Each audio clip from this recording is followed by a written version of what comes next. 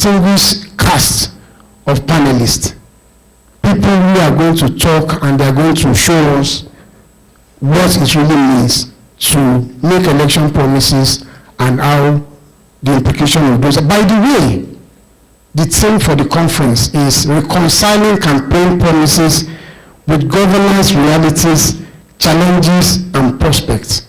Our panelists are the distinguished Malam Larry Issa Onelu, Director General of the National Orientation Agency. Malam Issa Onelu is a friend of GOCOP. He's a friend of the media. And by the grace of God, when he's done as the DG of NOA, we will give him a form to officially become a member of GOCOP. We also have, as one of our panelists, Mr. Musikilu Mojid, Editor-in-Chief and Chief Operating Officer of Premium Times, Nigeria. Mr. Mojid. Mr. Mojid is a former president of GOCOP. We actually call him President Emeritus. Someone has threatened to take him to court. I'm sure that after what happened 2 days ago, the person has had a rethink of taking Musikilu to court. Musikilu is not the kind of person we threaten to take to court.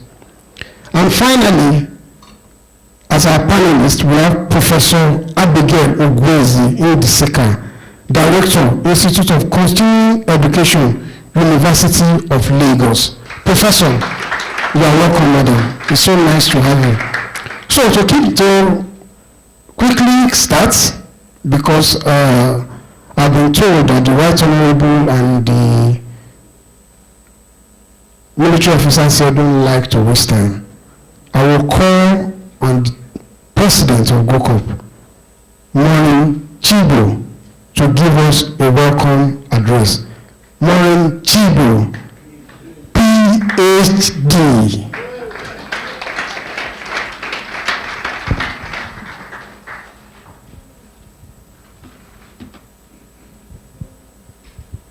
Thank you, Olumide.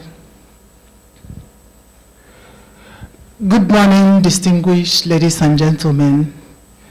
It is my pleasure to welcome you all to this 9th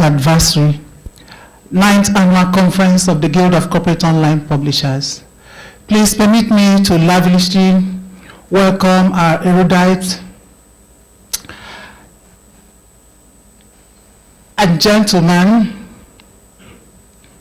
His Excellency, Chief Bode George, former military governor of Ondo State and former Deputy National Chairman of the People's Democratic Party. Thank you, sir, for devoting your precious time to the cause of GOCOP. We are encouraged by your sacrifice to be here today with us. We know all the travels you made to be here. Thank you so much for coming. I also warmly and delightfully welcome our guest speaker, His Excellency, Right Honorable Aminu Bello Masari, CFR, former Speaker, House of Representatives, and former Governor, Katsina State.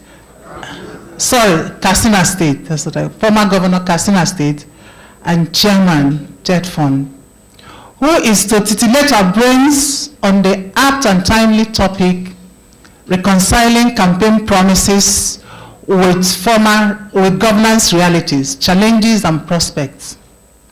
I do not doubt that you will do justice to this topic. I also welcome Chief Lanre Issa Onilu, Director General of National Orientation Agency, Professor Abigail Ogwezi Indiseka, Director, Institute of Continuing Education, UNILAG, and Chief Femi Adesina, Senior Special Advisor to President Muhammadu Buhari, and our noble and warm friend who is always with us each time we invite him, Alhaji Lai Mohammed, former Honorable Minister of Information. You are all warmly welcome, sir. Your Excellencies, Mr. Chairman, ladies and gentlemen, please permit me to duly acknowledge the presence of my predecessors, President Mojid Musiklu,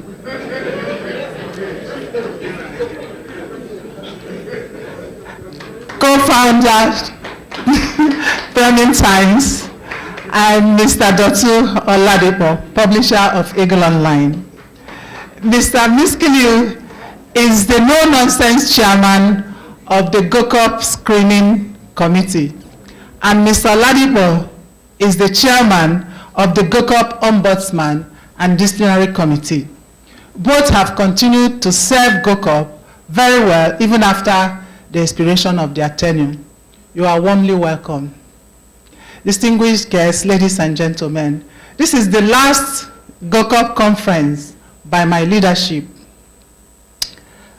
by the leadership led by me, and the ushering in of new executive for GOCOP, led by our newly minted President-elect, Danlami Modu, MNI.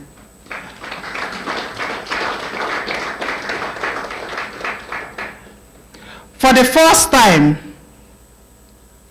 GOCOP held an actual election to vote its president. Prior to this, the presidency has never been contested because members usually unanimously agree on who should be our leader. We came out of the contest not divided, but remained strong as one GOCOP, one family. As gladiators graciously embrace themselves, Oshegu Ogunleye offering warm congratulations to Modu MNI, the newly president-elect. The peaceful election yesterday set a new precedent for GOCOP, a new experience, and foretells what will be happening in the future as the membership of GOCOP continues to grow and accommodates professionals and publishers with different temperaments across the nation. It foretells the solid role that the Elders Council, represented by the GOCOP President Emeritus, will have to continue playing to ensure that the right persons assume leadership of GOCOP, to ensure the young guild does not deviate from its original goal of sanitizing the online publishing community, and remain a unique peer review body for members. Once again, a hefty congratulations to all our newly minted executives.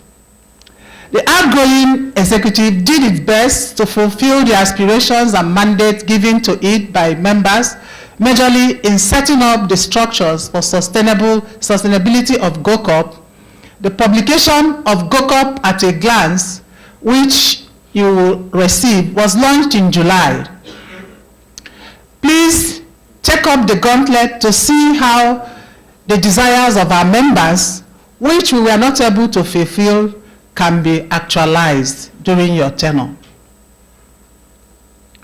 Another is to embark on programs to continue building the capacity of our members to build and run a profitable business enterprise as mediapreneurs, to ensure they fulfill their financial obligations not only to GOCOP but to their families, Nigeria, and humanity in general, to enthrone a society where justice, fairness, and equity reigns supreme. May I also welcome and thank immensely members of the ESCO who served with me. We succeeded because of all the robust debates and selfless engagements born out of the desire to do things differently, to ensure a guild run on fairness, equity, and justice, to enthrone a just society. I thank all the chairmen and members of different committees, in particular, the organizing committee for this year's conference, and the 5-man committee, electoral committee led by Mr. Ozi Yusuf and Dan Lami MNI, who incidentally is our president-elect today. It was not easy. It was not an easy road that we traveled, but we are happy all our efforts paid off successfully. Thank you. I welcome all GOCOP aspiring members who will be inducted here today. I can only enjoin you that being a GOCOP member comes with a responsibility, lots of it, as mediapreneurs and in our bid to sanitize online community and keep it free from fake news as we take noble ways to sustain our businesses.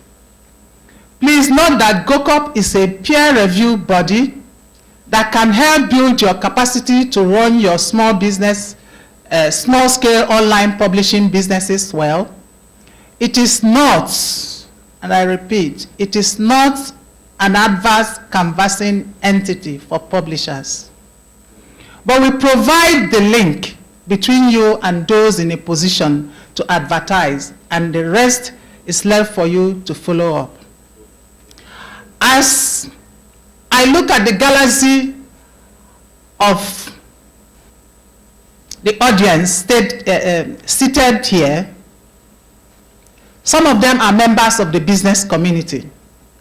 So what do? Familiarize yourself with them, collect all their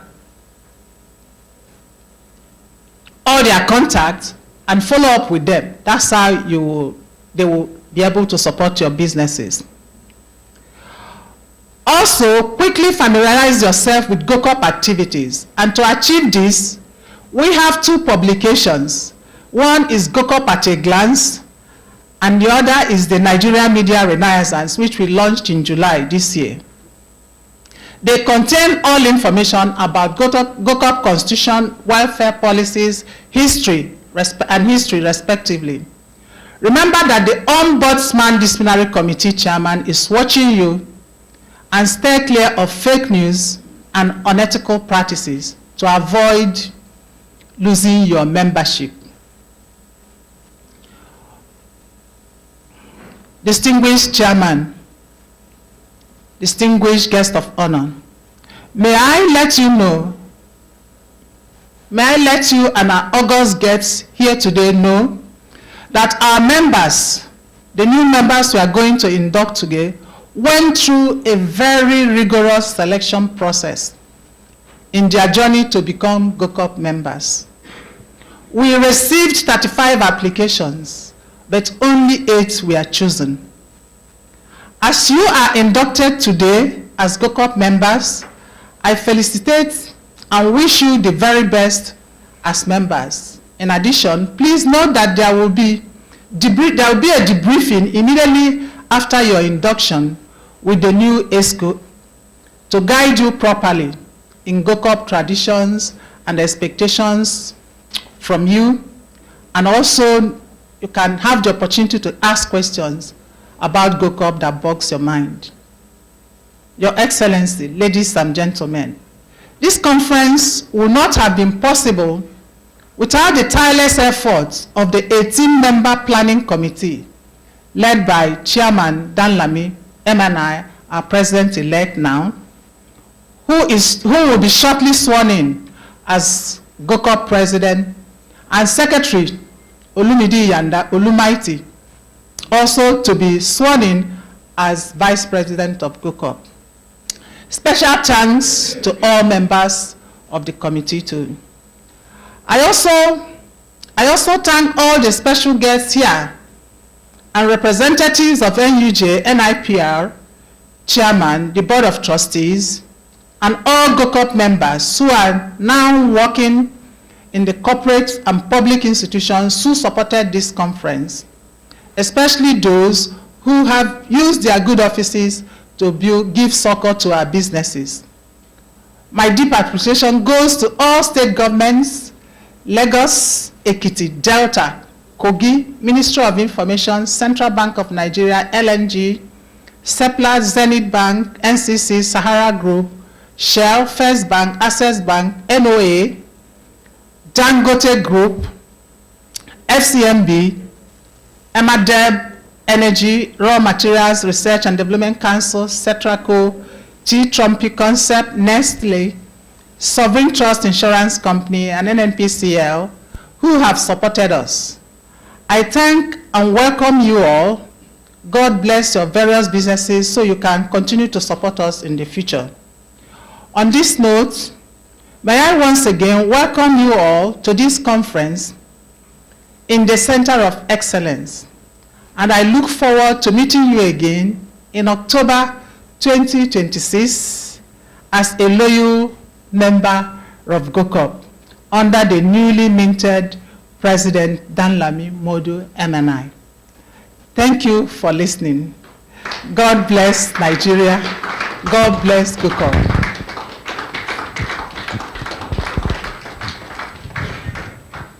Thank you very much, Madam President. Please, I'll appreciate it if we give her another round of applause. Maureen Chibo holds the distinguished record as the first female president of GOCOP. She ended her tenure by bagging a PhD. Thank you very much, Madam President, for that inspiring and insightful opening remark. I'd like to recognize a very important person who is a member of the delegation with the Right Honorable Aminu Masari. He is the immediate Director General of the Federal Radio Corporation of Nigeria, FRCN. Ladies and gentlemen, please welcome Dr. Mansour Liman. We'll be doing another introduction as we go along, but I just realized that I actually didn't introduce myself when I started. I was in such a hurry, and I was looking at the distinguished audience in front of me, and I'm like, where am I anyway? But again, let me also, because they may not give me this job next year. So let me say this. My name is Olumide Yoda. I'm the General Secretary of GOCOP, and I'm also the mascot of GOCOP. Thank you very much. So it is my honor now to welcome our chairman to officially declare today's event open.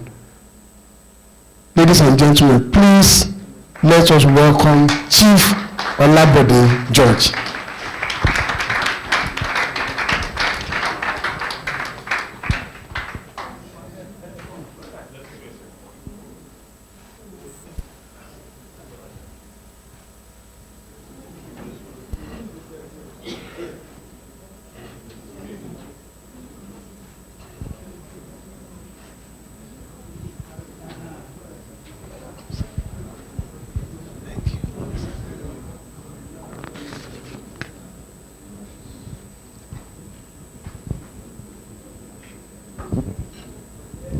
The main speaker,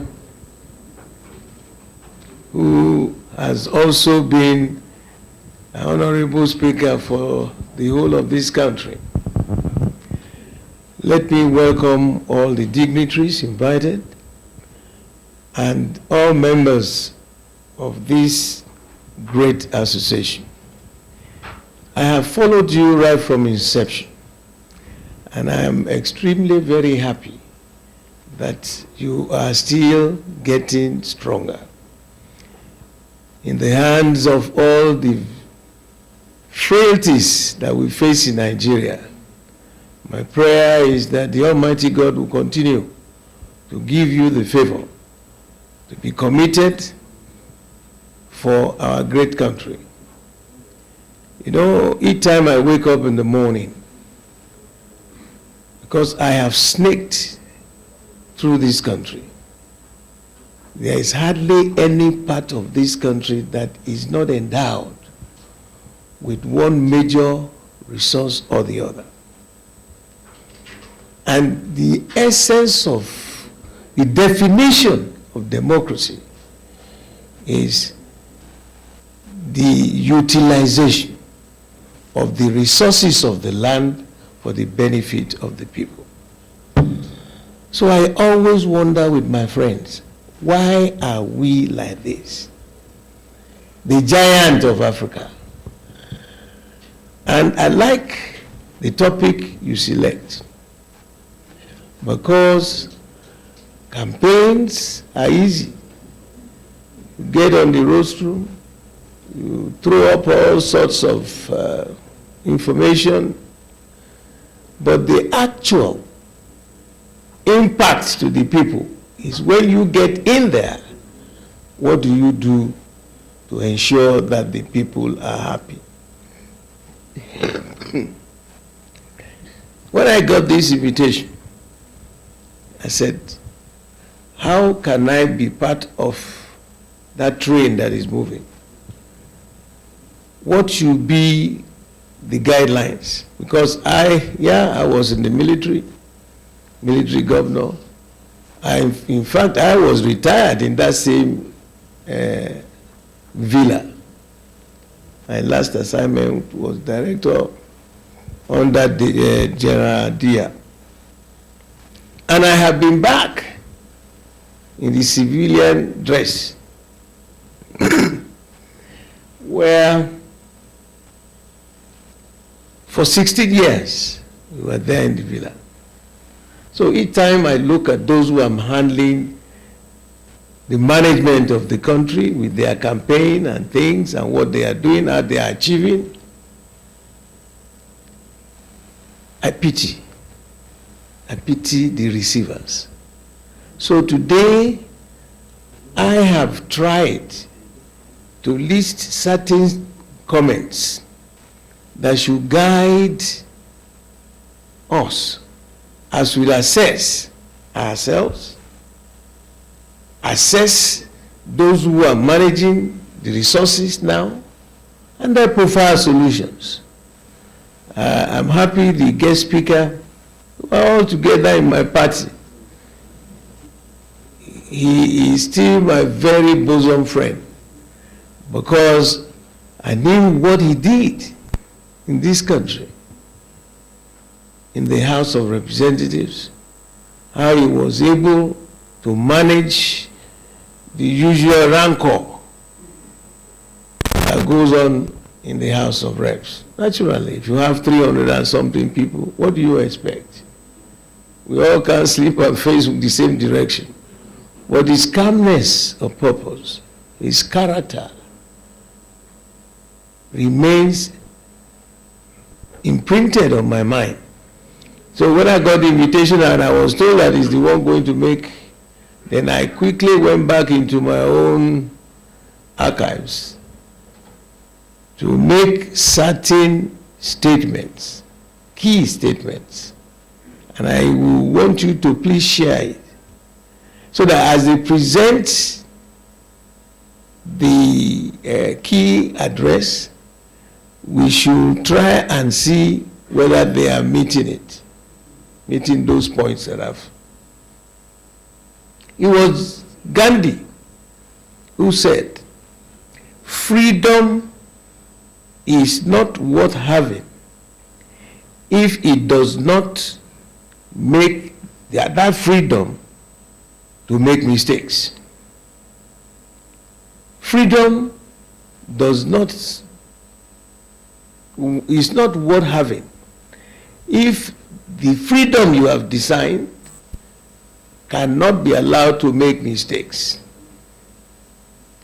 Number two, there are no free phase of life.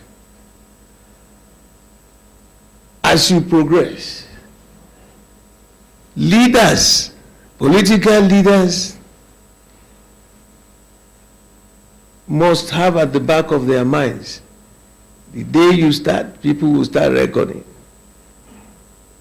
Someday you must leave, and there will be post-mortem. And development of a nation is not a 100-meter dash race. It's a continuum. Remember those empires of yesteryears? The Roman Empire, the Greek Empire, the Egyptian Empire.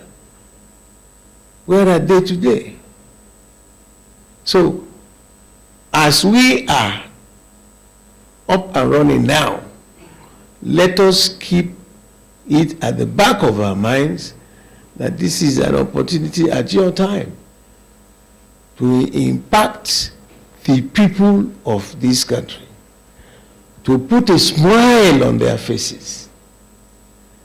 From my local government in Lagos Island, each time I went there, I feel sorry.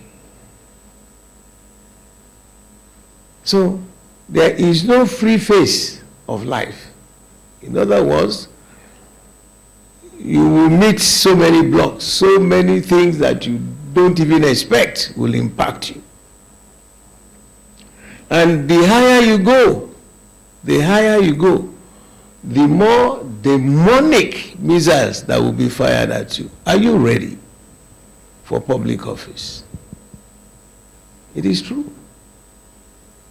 I experienced this as a military governor, and the military administration, there's, the tripod, there's one of the legs that is missing.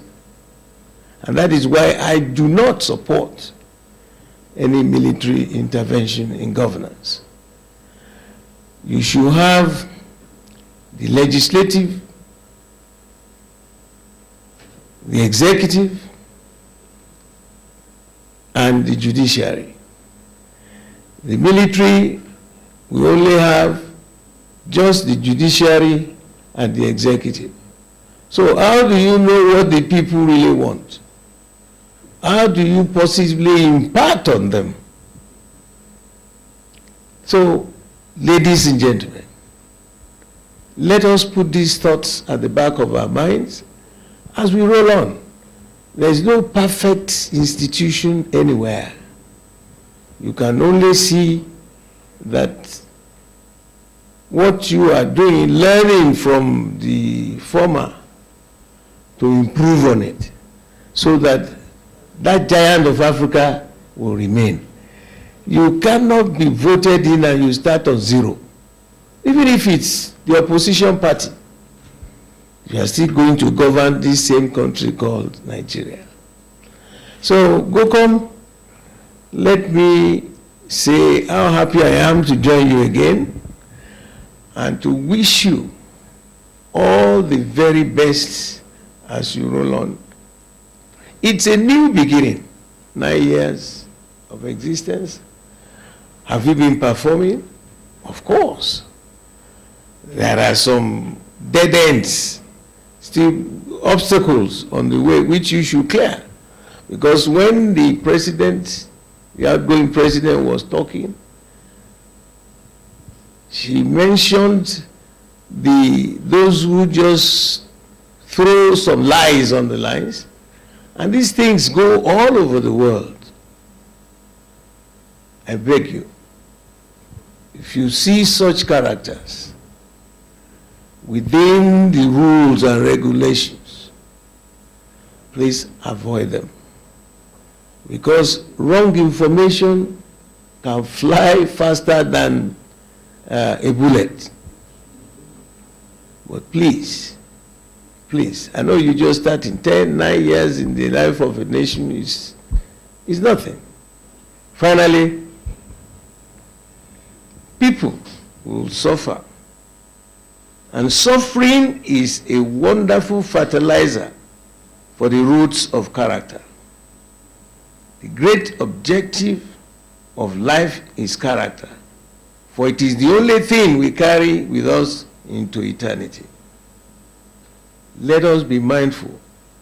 Continuously we should pray for those who are managing us. And that is why we are told every 4 years you must renew your mandate with the people. Our electoral process is shambolic.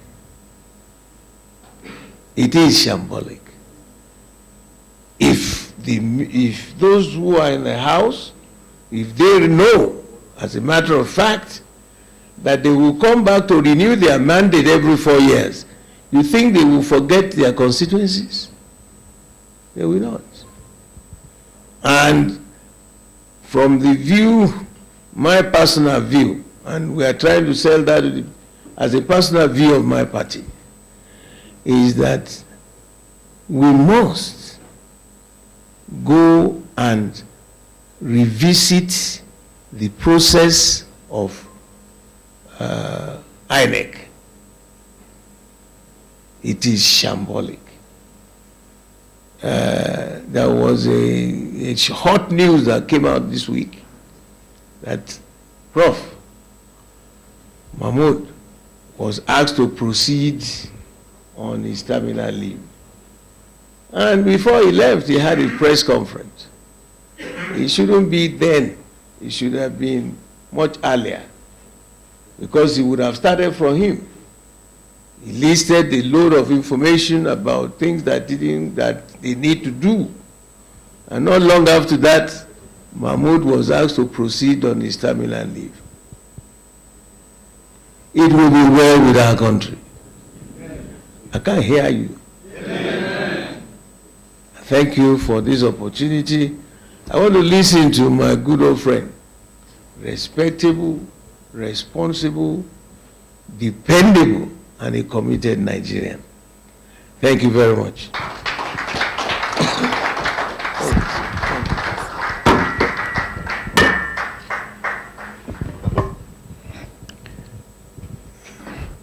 Thank you very much, sir. You've spoken like a true elder statesman. Ladies and gentlemen, once again, let us appreciate our chairman.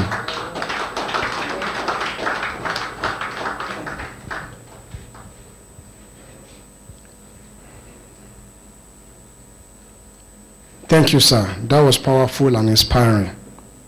Now we move straight to our keynote address. Okay, but before we do that, okay, I have some people here. I have some names here that have been passed to me. Please, let us welcome from the NOA. I will just call the names as I have them here. From the NOA, Mustafa Tukor. Thank you very much for coming. Also from the NOA, Taufik Anjori. Thanks for coming. Please pardon me if there are titles I should be adding, but I just have the names here. So I don't know if I should have said Chief, Alaji, or something like that. But please, whatever it is that I don't say, just claim it. Thank you very much. Also, we have Bimbo H. Suleiman from NOA. Thank you very much, madam. We have Yusuf Nobu, also from the NOA. Okay, thank you very much, sir. Then from the NCAA, a member of GOCOP, Mr. Horatius Egwa. And also Adedayo Ogunbi. Thank you very much, staff, for coming. So, like I said earlier, we now move on to the keynote address, which is the heart of today's deliberation. And that will be delivered by none other than Right Honorable Aminu Bello Masari, the former Speaker of the House of Representatives. Ladies and gentlemen, please make welcome Right Honorable Aminu Bello Masari. Please clap properly. Like Chief George said, he once spoke for the entire country. You're welcome, sir. Well, let me start by thanking GOCOP, not for inviting me here, but for making it possible to meet my boss, my Oga, whom I have been trying to locate, Chief Bode George. I think I'm very happy for him for remaining and being who he is, consistent, and constant. I think he's the last remaining pillar of PDP, as far as I can remember in this country. Against all odds, he stayed, and he's still staying. But for some of us, when the iron was too hot, we left. So I'm very pleased to meet you and see you here. And my friend, well, we speak on phone sometimes, Alhaji Mohammed. We have been in the trenches with him for quite some time before all of us ended up in government. Femi Adesina was also a colleague in governance. And a host of others.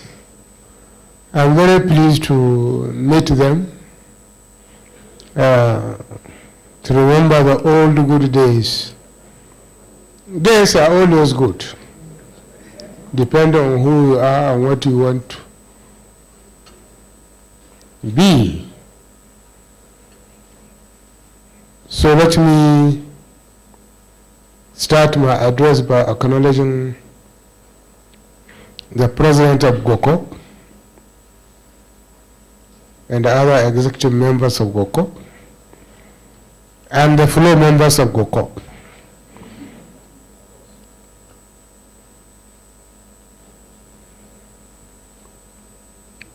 I am honored to be here today as your keynote speaker. Let me begin by commending the Guild of Corporate Online Publishers for consistently creating platforms where we can have honest conversations about the future of our democracy. The theme of this year's conference, Reconciling Campaign Promises with Governance Realities, Challenges and Prospects, could not be more timely. Democracy is built on promises. During campaigns, politicians aspiring to various leadership positions speak of jobs, better schools, security, electricity, and prosperity. These promises inspire hope and mobilize citizens. It is after elections that the real test begins, translating those promises into actual governance. It is at this point that the gap emerges. Citizens who are full of hope during campaigns are often confronted with realities that seem far removed from what was promised. This tension between hope and disillusionment has been one of the defining features of politics in Nigeria and in many African countries. Having served as Speaker of the House of Representatives and later as Governor of Katsina State, I have seen both sides of the coin. In the legislature, I saw how citizens' aspirations are transformed into policies, laws, and oversight functions. In the executive, I experienced the complexities of implementation, limited resources, competing demands, and unexpected desires and cries. From these experiences, I came to the conclusion that while campaign promises are necessary to inspire hope, governance realities require tough choices, careful prioritization, and sometimes painful trade-offs. It is these trade-offs that are sometimes or even most often regarded as unfulfilled promises. In addition, there are several reasons why campaign promises often fail to translate into outcomes. Many manifestos are aspirational documents, not grounded in the reality of available resources or institutional capacity. Fiscal constraints are also a big factor. Campaign promises hinge on the resources available to any country. In many African nations, and more especially in our own case, budgets are still heavily dependent on a single commodity, oil. Yet, as we all know, the price of oil is beyond our control. It is volatile, shaped by global market forces, geographical tension, and other complex and unpredictable factors. We saw the stark reality of this in 2016. The national budget was benchmarked at around $38 per barrel, but the international price of oil plunged below $25 per barrel, which is below the cost of production. The sudden dip created revenue shortfalls, forcing difficult trade-offs. To the average citizen, these trade-offs could easily be misconstrued as broken promises, when in fact they were simply the unavoidable outcome of a volatile global economy.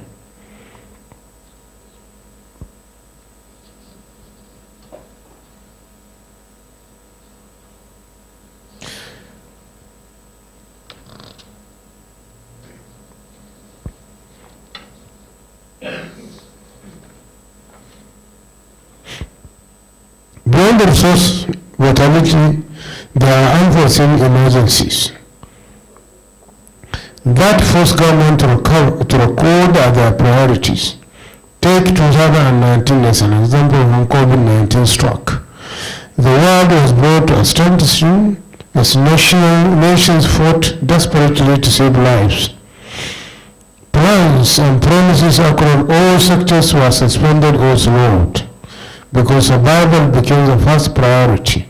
When such crises consume time, energy, and resources, campaign promises inevitably suffer.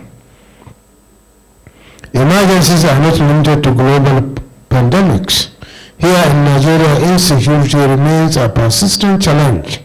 It undermines production, disrupts livelihoods, and reduces national revenues. At the same time, it compels government to divert enormous resources towards security operations. Insecurity, like climate change and natural disasters, are rarely predictable, but when they arrive at our doorsteps, they cannot be ignored. They reshape priorities, often at a great cost to original campaign commitments. Another major issue of weak institutions. Another major issue is weak institutions. Even when funds are available, corruption, bureaucracy, and inefficiency can derail delivery. Add to this the pressure of short electoral cycles, where leaders are pushed to show quick results, often at the expense of long-term reforms, and the gap widens further. Let me illustrate with a familiar example in recent years. Nigeria embarked on the bold step of removing the fuel subsidy. The policy was designed to free up resources for critical development projects and to place our economy on a more sustainable path.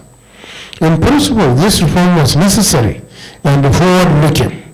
However, like many reforms of this nature across the world, it also came with immediate adjustments. Transport costs rose, food prices increased, and citizens felt the unexpected accompanying pain.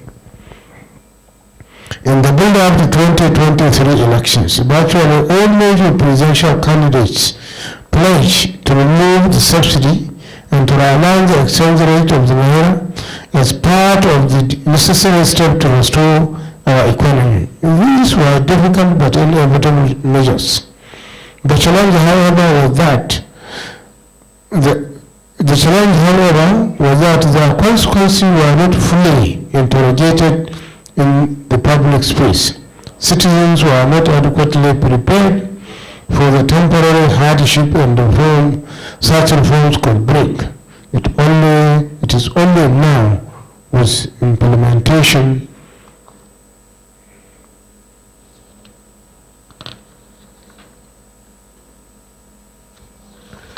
It is now with implementation that the pains are being fully felt. Yet the truth is that whichever candidate had emerged victorious, these measures would have been unavoidable. Unfortunately for many citizens, the short-term discomforts are viewed as broken promises. Across the continent, we see similar patterns. In South Africa, for instance, there are promises of rapid job creation and economic transformation after the end of apartheid. Some progress has been made, but unemployment and inequality remain a stubborn challenge. Citizens continue to feel that the speed of delivery is not matched by the scale of promises. The lesson in this case is clear. When promises are ambitious but delivery is slow, citizens' faith in democracy begins to weaken. Even advanced democracies face this challenge. Let me recall one famous example in 1988. George W. Bush Sr., then a candidate for President of the United States, made a powerful pledge at the Republican National Convention. He said, and I quote, "You read my lips, no new taxes." That promise became the centerpiece of his campaign. But once in office, faced with mounting deficits, he had no choice but to introduce new taxes. The backlash was severe, and it contributed significantly to his defeat in the next election. The lesson here is that even in countries with stronger institutions, promises can be jettisoned when confronted with economic realities. The difference, however, is that in mature democracies, institutions are more resilient, the public service is more professional, and the citizens have clearer mechanisms to hold the leaders to account. So how do we bridge this gap between what is promised and what is delivered? First, political actors must campaign with responsibility. The media must interrogate itself and be non-partisan. Campaign promises should be realistic, costed and achievable within the available resources. Unrealistic pledges made merely to capture the mood of the electorate should be challenged and exposed. Only then can we begin to elevate our political culture and make sure that the process justifies the end. Second, governance must be anchored on strong institutions. With capable institutions, policies can be implemented more consistently and transparently. Third, there must be honest communication with citizens. Leaders should explain the trade-offs, why certain promises may take longer, why resources must be reallocated, and how progress will be measured. Fourth, citizens themselves, including civil society and the media, must understand realities and properly communicate these realities in addition to holding leaders accountable. They should track promises and demand transparency instead of creating sensational headlines to attract followers, especially now that the number of followers translates into monetary gain. This is why journalism at its best, and more specifically GOCOP, in this digital age becomes indispensable. You and your profession are the bridges between the leaders and the people. You shape narratives, hold the leaders accountable, and track progress.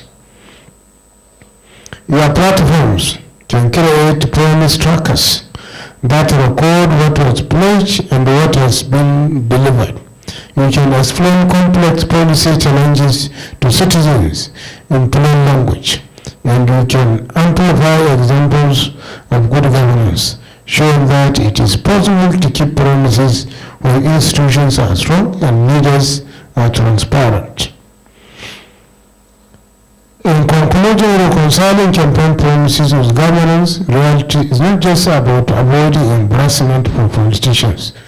It is about protecting the integrity of democracy itself. If citizens repeatedly see promises made and broken, they lose faith in the system. But if they even see modest progress explained honestly and delivered consistently, they will continue to believe in the promise of democracy. Ladies and gentlemen, let us therefore commit as leaders, as citizens, and as media practitioners to narrow this gap. Let our promises be realistic, our expectations be modest, our governance transparent, and our accountability strong. In doing so, we can transform hope into progress and democracy into a vehicle of real change. Thank you, and may God bless the Federal Republic of Nigeria.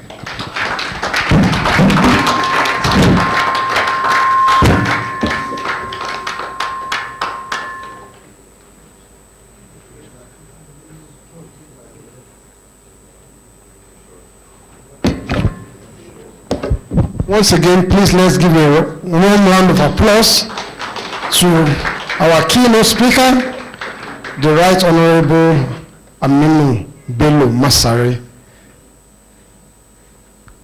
Thank you very much, sir. That was thoughtful and enlightening.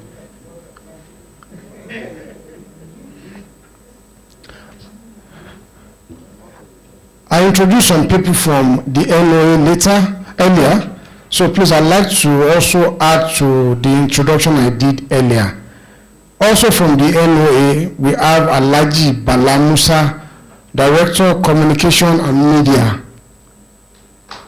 You are welcome, sir. We also have Aruna Sule, Director of Finance, Accounts and Account Department. Where is he, please? He's Director of Finance. Please, okay, he's over there. There must be a reason why he's trying to make himself incognito, but we've seen you. We've seen you, we know your office address.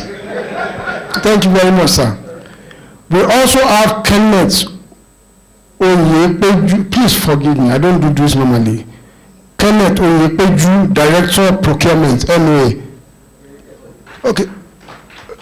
Okay, no, stand up. Okay, thank you very much.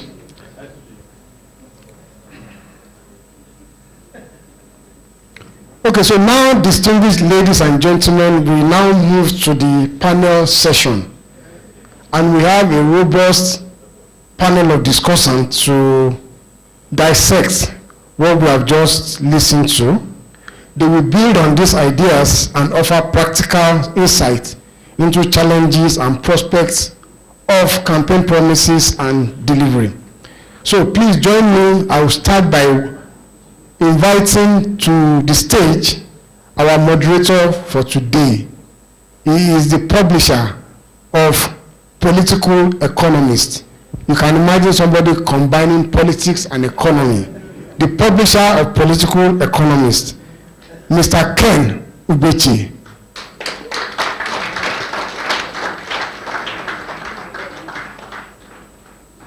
Mr. Ken is a veteran and accomplished journalist. You are welcome, sir.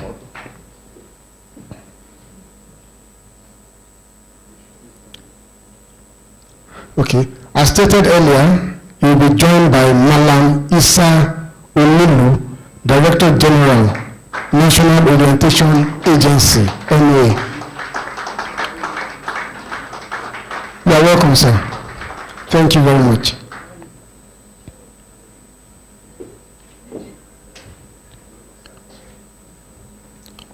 Also coming on stage is Professor Abigail Ogwezi Ndisika, Director, Institute of Continuing Education, University of Lagos, UNILAG.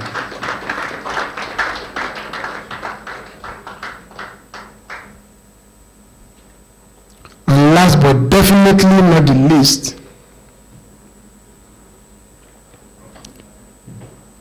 is the Editor-in-Chief, Chief Operating Officer, Co-founder, Premium Times Nigeria, Mr. Musikilu Mojid.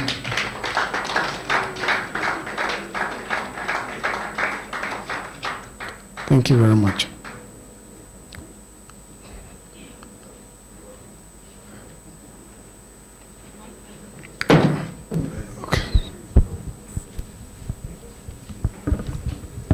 Okay. And I'd like to state that officially, for the record, GOCOP started in October 2013, which means that the association is 12 years old.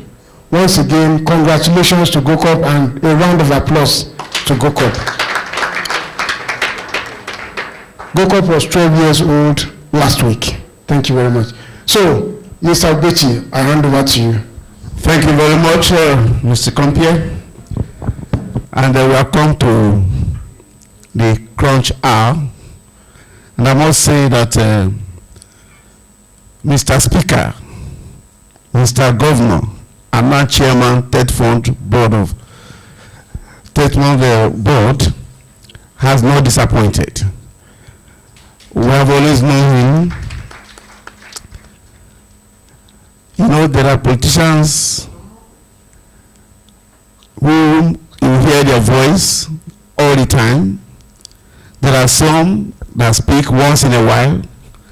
There are also some that don't speak at all, but their silence is louder than the noise of the one that speaks regularly. Alhaji Masari has given us food for thought, and we have heavyweights on this side of the hall to dissect these matters. But I want to preface what we are here for. We are here to connect the dots. Is there a relationship between campaign promises, electoral promises, and the actual delivery of those promises? Do we have the dots connected? Does the dot even exist at all? Today we'll try and make some reconnection. But I want to quote former Prime Minister of the old Soviet Union, Nikita Khrushchev.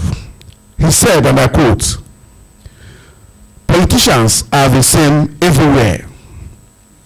They promise to build a bridge even where there is no water." That's a Russian. And he said this decades ago. I don't know whether we can connect to this in Nigeria, in your state, in your local government. Do they promise to build bridge for you where there is no water, you don't need bridge?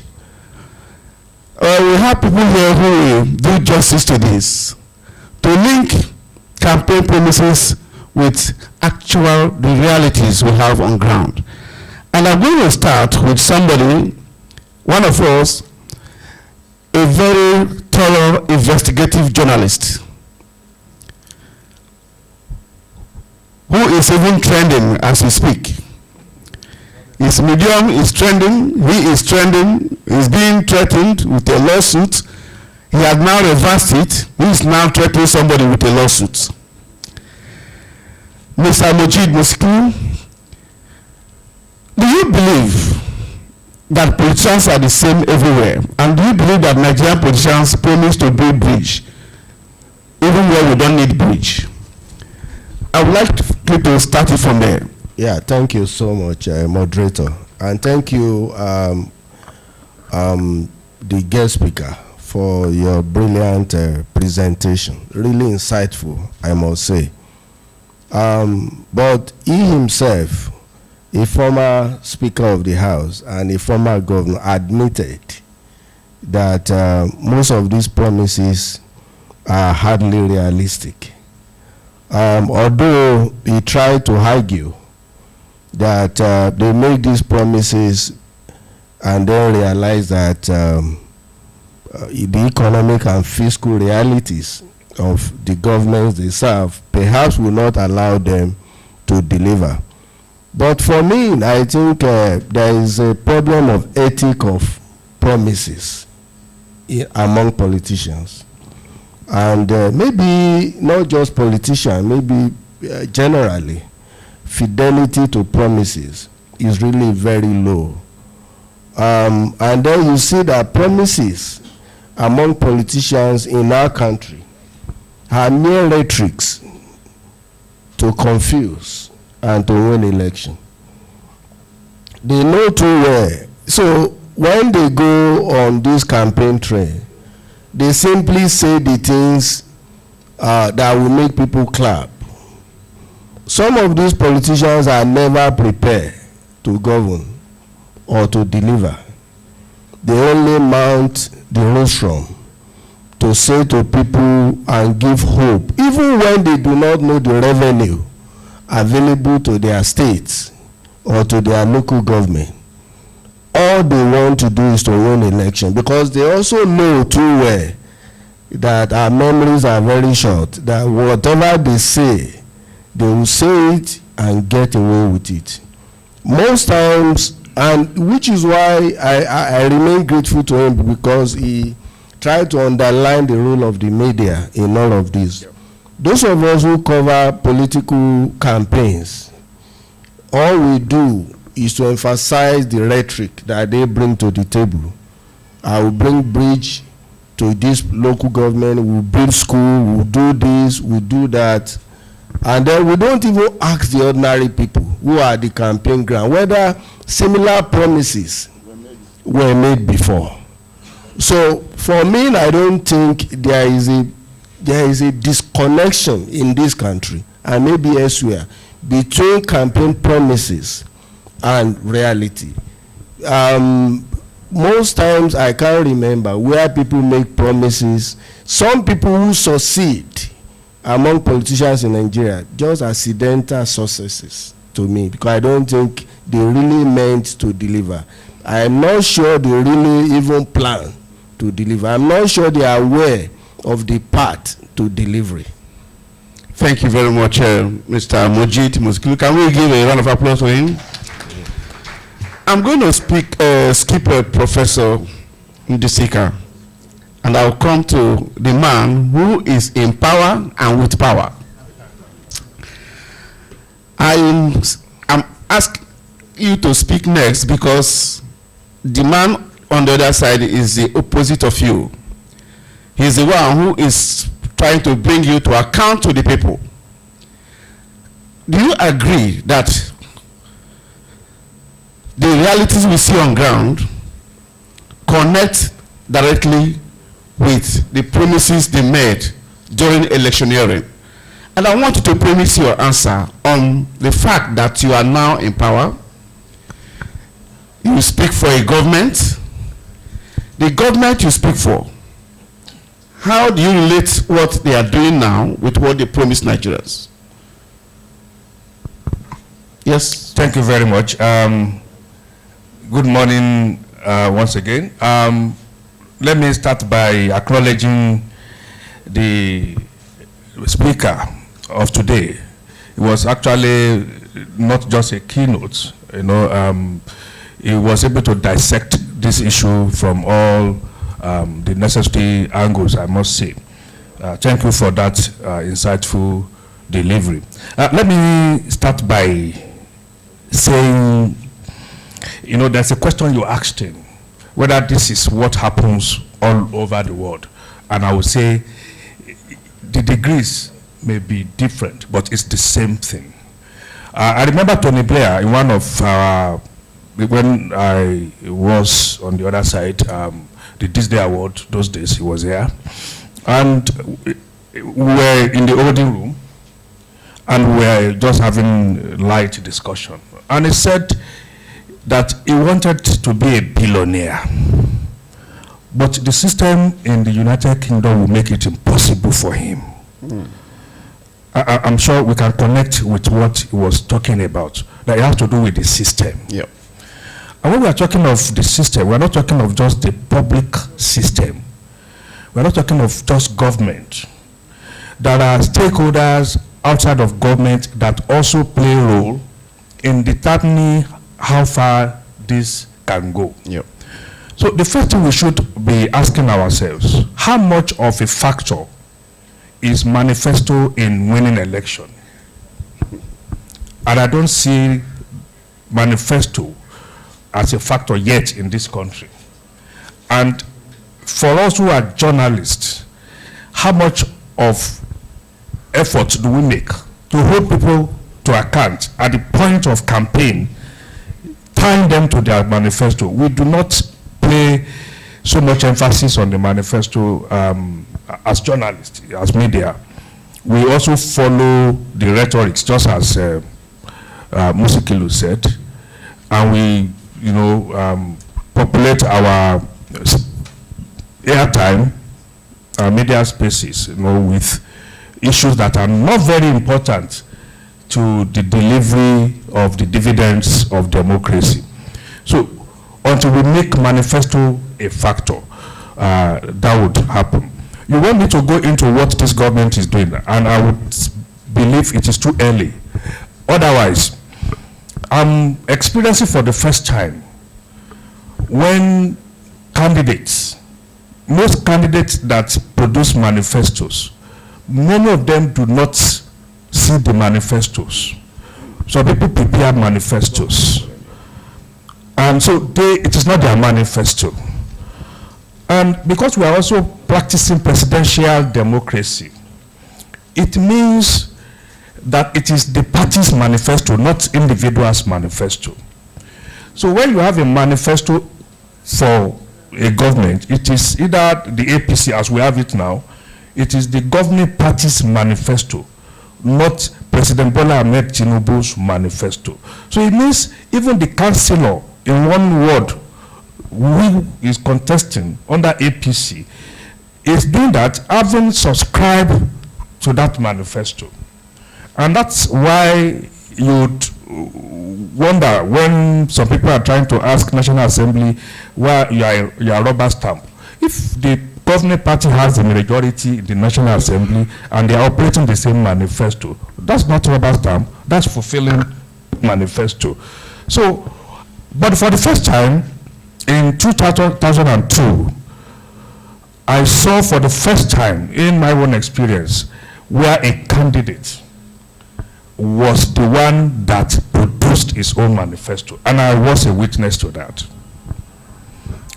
President Bola Ahmed Tinubu, everybody who was involved in the process of putting this manifesto together had a hard time, because the stage we had to get to for him to say, this is what I've been talking about, it took several months. And people were actually already writing in the media, where is your manifesto? So people were already grumbling within the system, when would this manifesto come out? So, and if you also want to see the connection, the manifesto of this government was the manifesto that governed Lagos. It was about reform. It was about, bringing technology, the Oracle, changed the system in the tax system in Lagos. And so, the president himself produced this manifesto. He understands what is there, and I can begin to list issues that were in the manifesto. Okay, let me just pause you. Have been implemented now. Let me just pause you here. We have a scholar in our midst who has churned out media professionals, journalists. Prof, you are not just in charge of the Institute of Continuing Education. You are a professor of communications, and you live in this country, and you've been part of the media, being member of the editorial board of different newspapers. Would you say that the media in this country, Nigerian media, that ought to be the watchdog, a mirror, holding a mirror before the politicians, would you say that the media has been efficiently effective in auditing the campaign promises of politicians? The media ought to be an auditor. Auditor comes at the end of the day to check the income and expenditure and whether there has been a balance between what is coming in and what's going out. Has the media done any justification to auditing and holding public office actors to account to the people? Thank you very much. Let me also join the other panelists to commend the keynote speaker. I took notes copiously, and also the chairman of this occasion. I've been asked to speak on media and accountability. Yeah. I think that's why the media is actually referred to the press as the fourth estate of the realm. We are here talking about reconciling campaign promises with governance realities, challenges and prospects. This is part of it. And as the chairman did say, looking at reconciling campaign promises and governance is not a 100 meters dash. The media, they have been in it. I mean, the fight has been pre-independence till now. It's not a 100 meters dash. They're working, but I believe they can do more. And I also think that we should try to situate our evaluation of the media within the ecosystem, the media ecosystem, the political economy of the media. There are so many challenging factors, but by and large, I think that they are working hard, bringing our leaders to account. I read some very thought-provoking editorials, deep feature, and now we're having conversation. I also think that recently one of GOCOP member did something on physical federalism. And so this we can continue to push, but I think that they're working extremely hard. And now that we have the fifth estate of the realm, you know, the social media, there's no hiding place for anyone. So both the citizens are also involved, and GOCOP, look at the collective of the people sitting here. Every day before I wake up, I hear one story or the other. You just said that my president, he's my president, actually, of IPI. My president is about taking someone to court. I mean, these are ethical issues. And if the media, if our media organizations don't bring these people to account, how would we, citizens, have known that the people who are actually leading us, I won't use the word morally bankrupt, I would say that they lack integrity. And so you can't mount a position of leadership and you are able to deliver hope to people without capacity. So I think that the media is doing well, in my opinion, but we can do more.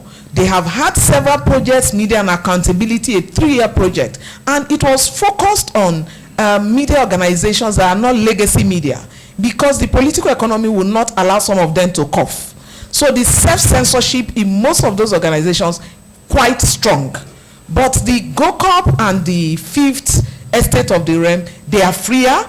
And even if the legacy media decide not to bring government to account, the people, by just the dash of their phones, are throwing up there. So it's left for all of us to continue with the conversations, to drive.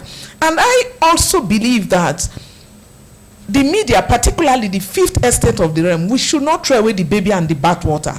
We should begin to see how we can improve on their capacities, the media literacy of the people. Because if you read the work of Amartya Sen, for instance, Amartya Sen is a development economist. He talks about if you want to know that government is delivering, ask yourself what has happened to poverty.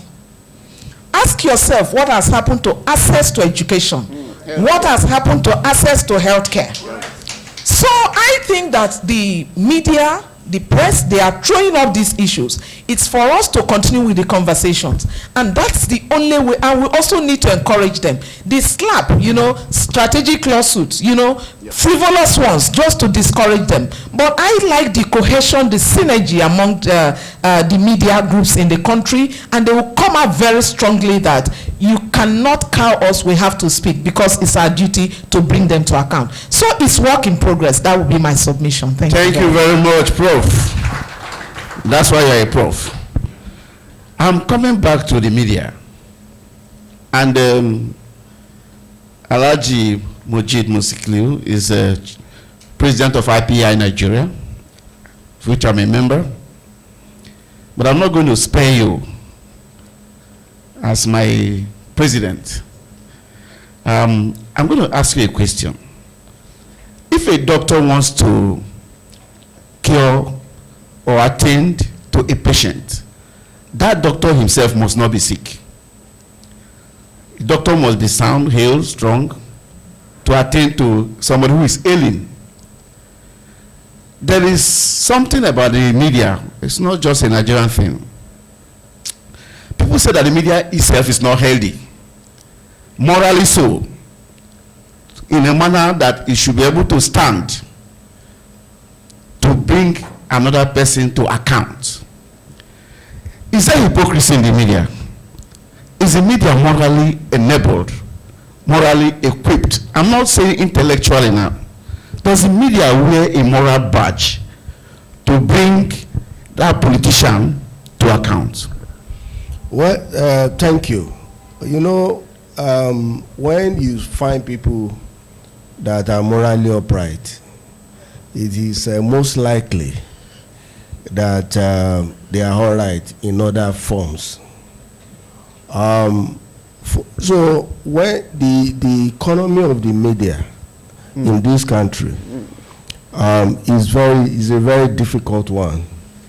We have colleagues who are hardly paid salaries, all kinds of difficulty in the media.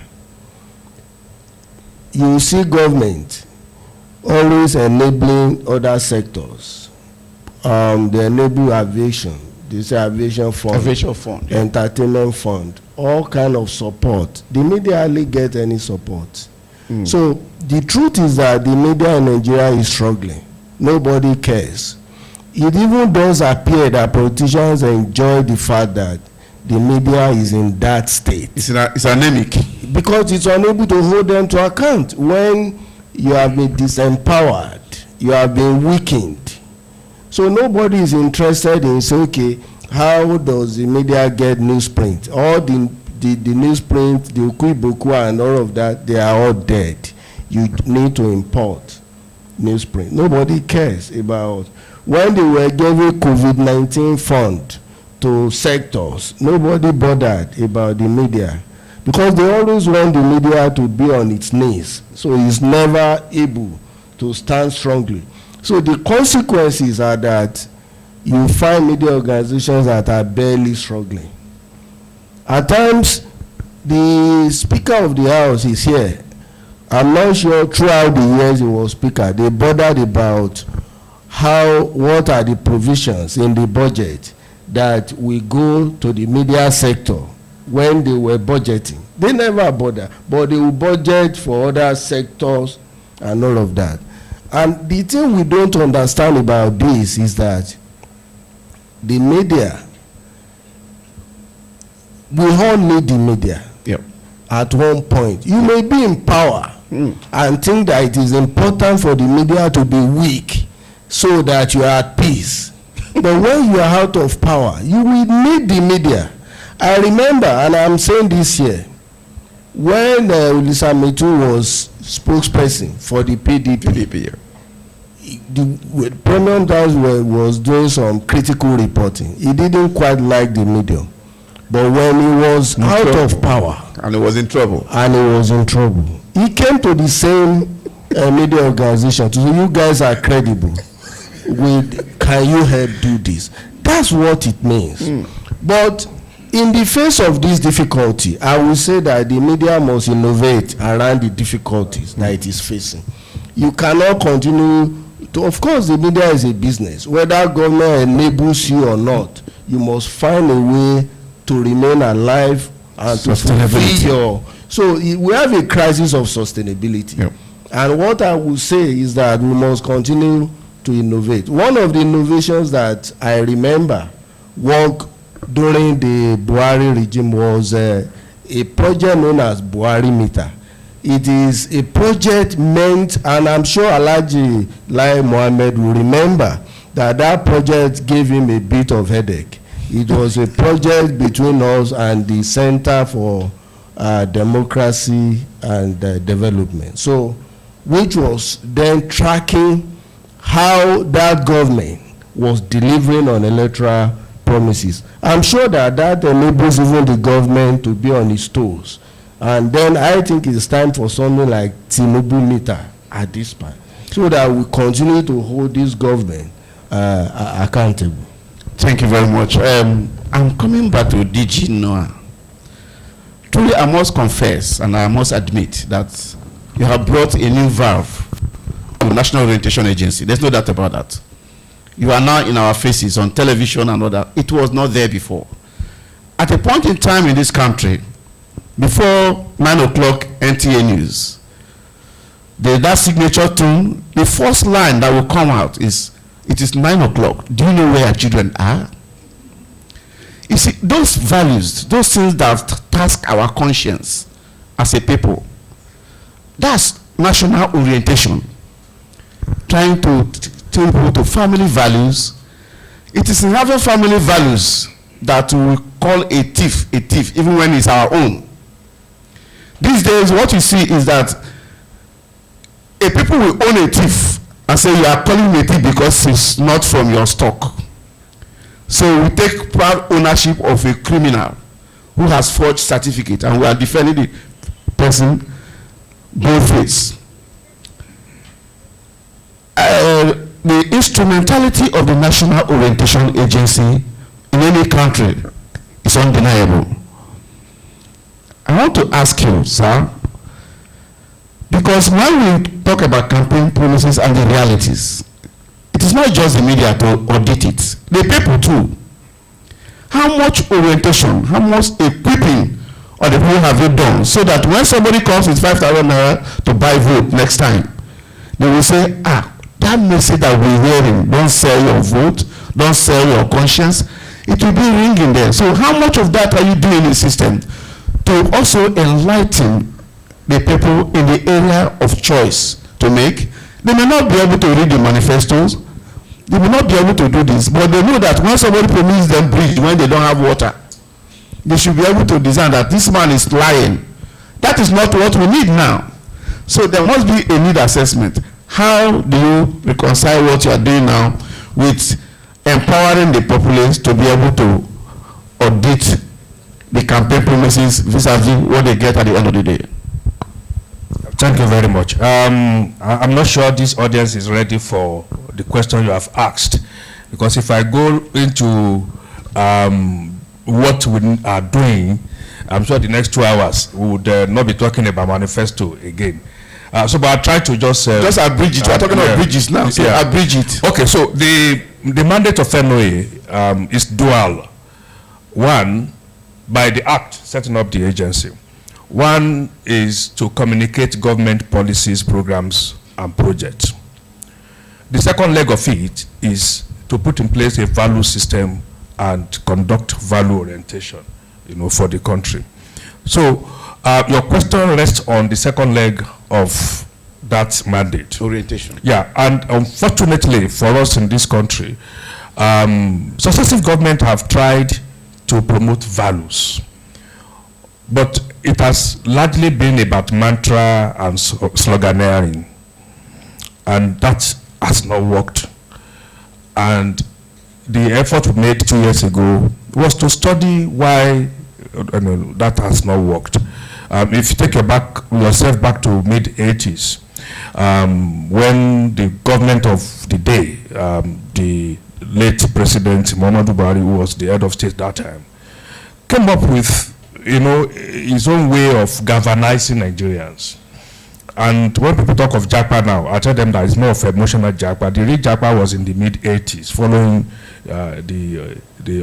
coming from austerity measure, they're going to structural adjustment program and things like that. And then you had people trooping out. Yeah. That the head of state had to make a national broadcast where he said people should please stay back for us to salvage the country together.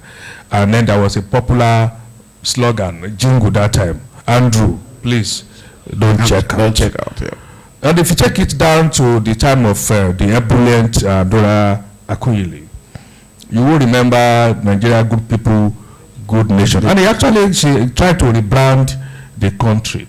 And then of my uncle, Alhaji Lai Mohammed, change begins with me. This is where all the effort we studied. And we found out that two things were missing, which we needed to add to their effort.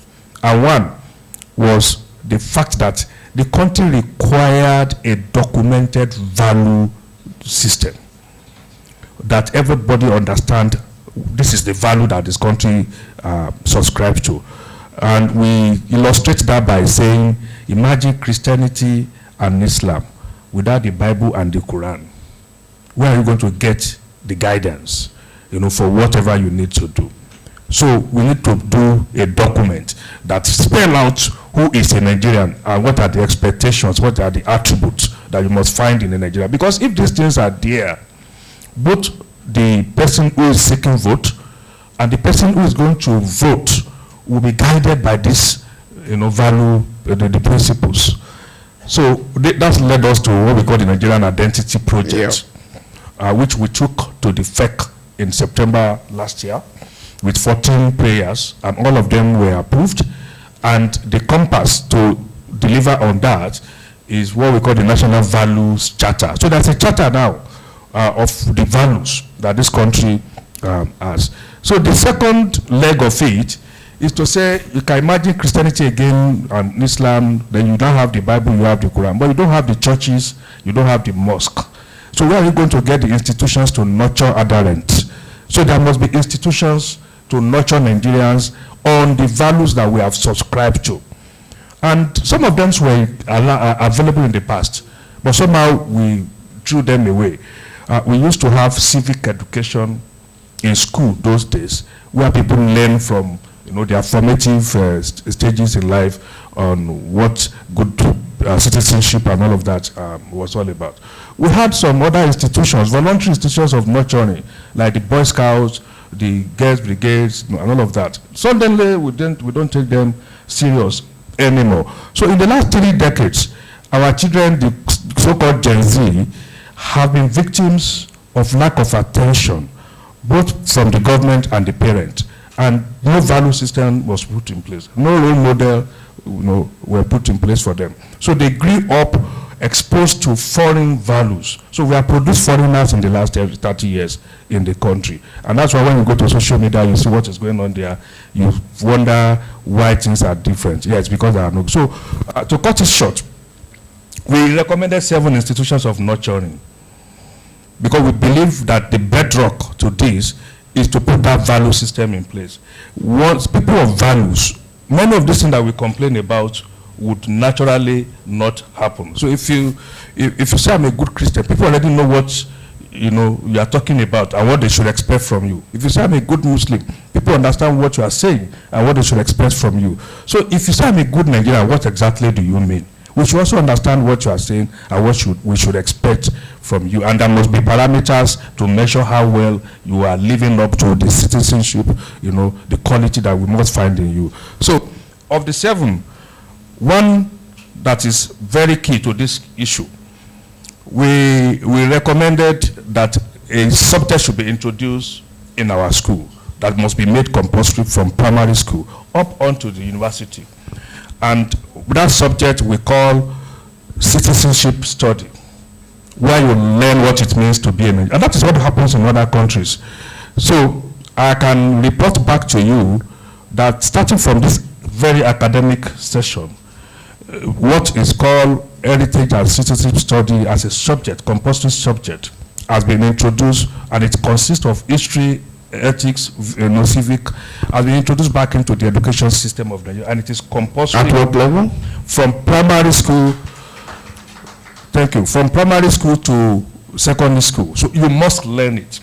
And when you also now, currently we've set up a joint committee with the Board of Polytechnics and Colleges of Education, discussing how to incorporate that into the curriculum at that level. That is also going into NUC. We also have a joint committee working on how to make it. In the general study that people do in the university, which is compulsory, then the Nigerian value system is going to be incorporated into it also. So when you leave your university, or you're given a certificate which says you have been found worthy in learning and character, that is the character aspect of that. So that is one of the 7. And that's why I said the time. Thank you, DG Noah. Please, can we have a round of applause for him? The very fact that we are now teaching history, we jettison history, but smart leadership, smart government, you must find a way to bring something. They now wrap its history into heritage. Heritage and history are actually the same thing, several semantics. But I like the fact that we are going back to that foundation that was destroyed. And that brings me to Prof. Because you are somebody who knows character and content at the level that you've been doing it consistently. You must have, you are produced politicians, so. Denied us. That's why we are preparing for strike. You have produced politicians at all levels, local government chairmen and the rest of them. And do you sit back and wonder what has happened? Is it the person that I thought? Is there a disconnect between the cake you baked and how it is being eaten out there? Not the way you thought, or the taste will come out. Do they taste different? And if they do you think there's something wrong with the polity itself in Nigeria that makes them say one thing and not mean it, and they do the opposite? Thank you. I think that there are so many factors that shape a human being. We don't do magic in the institutions of learning. DGNOA has really hit the nail on the head. There are different major socializing institutions: the family, school, and places of worship. Places of worship, yeah. You see, the child became a thief. The parents did not train the child to be a thief. Largely. I don't think it's rare for you to see any sane parent asking the child to go and steal. And so when they come to the universities, some of them are already formed. We'll try to make them unlearn the negatives, relearn, and move on to better the society. We are very conscious of the work we do as teachers, because I usually tell students that you can't stop us, you can't blackmail us not to do our work. We do our work. That's why we ensure you must attend lectures. It's a show of responsibility. That's why the university will say you require minimum number of attendance to write exam. Go and check. Background check me. If you don't meet the minimum requirement, I'll stop you from writing the exam. You know why? I am producing a weak product and sending that person to the society. So the person will not be able to perform. Yep. So at the university level or whatever training institution, we try to mold people to be useful to the society. My father taught me that education is for service. So I could do so many things to earn a living, but education helps to shape you. And that's why we can't award you a degree just because you have learned. It must be in learning and character. And so when they come into the society, sometimes they get re-socialized. Let me use that expression. And that is why you can have someone who gets into a position of governance and will not deliver on governance. Largely, I lead a unit of my university now. I tell everybody there that, you see, we have been given a task to do, and you must do it with the whole of your heart. So that's how we train. So when they come outside, people mainstream them. They teach them. We don't teach students to be corrupt. We don't teach them to cheat. But we still get those who cheat, and we sanction them. We apply the sanctions. So generally, as a university done, I've trained my students to be good, and they are doing well. Many of them are doing well. But you could also have a few exceptions. Because, like I told you, the formation of an individual for national service is not solely my responsibility in the classroom.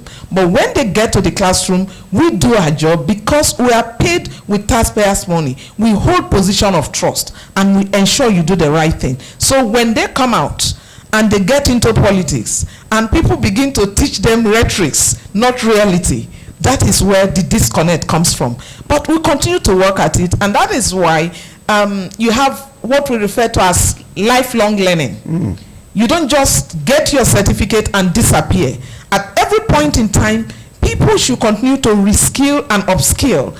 There are emerging things that people talk about. You have to learn basic etiquette, you have to think about morals, you have to think about how you deliver on your key performance indicators where you work. Because if you don't do that, that unit has failed. The country is made up of both the public and private sector. Why do we have people, for instance, in the private sector that are successful, and when they get to the public sector, they are not, and vice versa? And so there are a lot of issues, but largely the university, given the kind of curriculum that we run, we have put it in such a way that when you graduate from any level of education, you are trained for service. You went to the university, you are doing well. He went to the university, is doing well. Here in university, almost everybody here. So I think that I will credit our institutions of learning. They are doing an excellent job. And you see that we continue to revise our curriculum. He just told us about what he's doing now and how we're going to embed it. So based on reality, from time to time,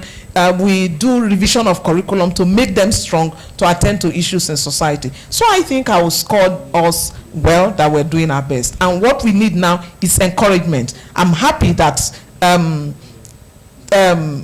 Trust Fund is here. We need all the support for infrastructure, research, so that we are able to deliver students, you know, that are actually hands-on and will be able to help for national development. GOCOP is doing this. Find out how you can partner with us to have clinic to support us to train. Remember, we are co-creating. The creation of people that will serve the country is not in isolation, just about where they study, but it's about co-creating, and that's why we talk also about cooperative training.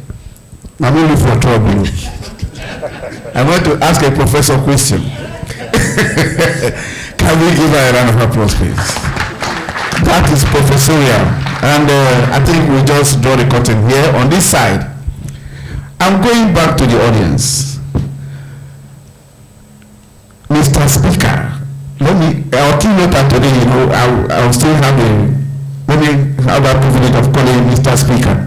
Let's assume you just address Parliament, and the parliamentarians are the people that they listen to you, and of course that was great, deep, reflective. You touch on governance, you touch on character, you touch on value and integrity. Somebody speaking, if somebody tells you, I will do this tomorrow, the next, that tomorrow comes, he does exactly what he has told you. And he keeps promising you and keeps doing it. The behavior, human behavior, is that you start believing that person. The trust deficit will even disappear. You will trust the person completely. But there are people in the audience, that's the parliamentarians now, because Mr. Speaker has come to us, so we're in the parliament.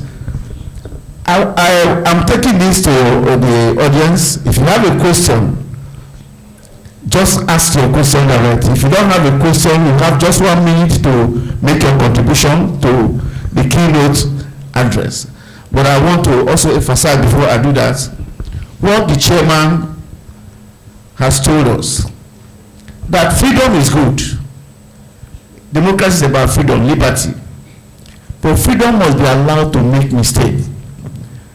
So what is that saying us? We must presume that the system is not perfect, and no democracy is perfect.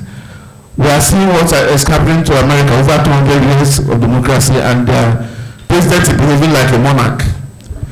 But that is also the imperfection of systems and imperfection of human beings. So if you have a question, please. You have a question, or yes, ushers, please pass the mic to them. We just take 3 from the audience, please. Okay, thank you. My name is Olayinka Agbola from Ibadan.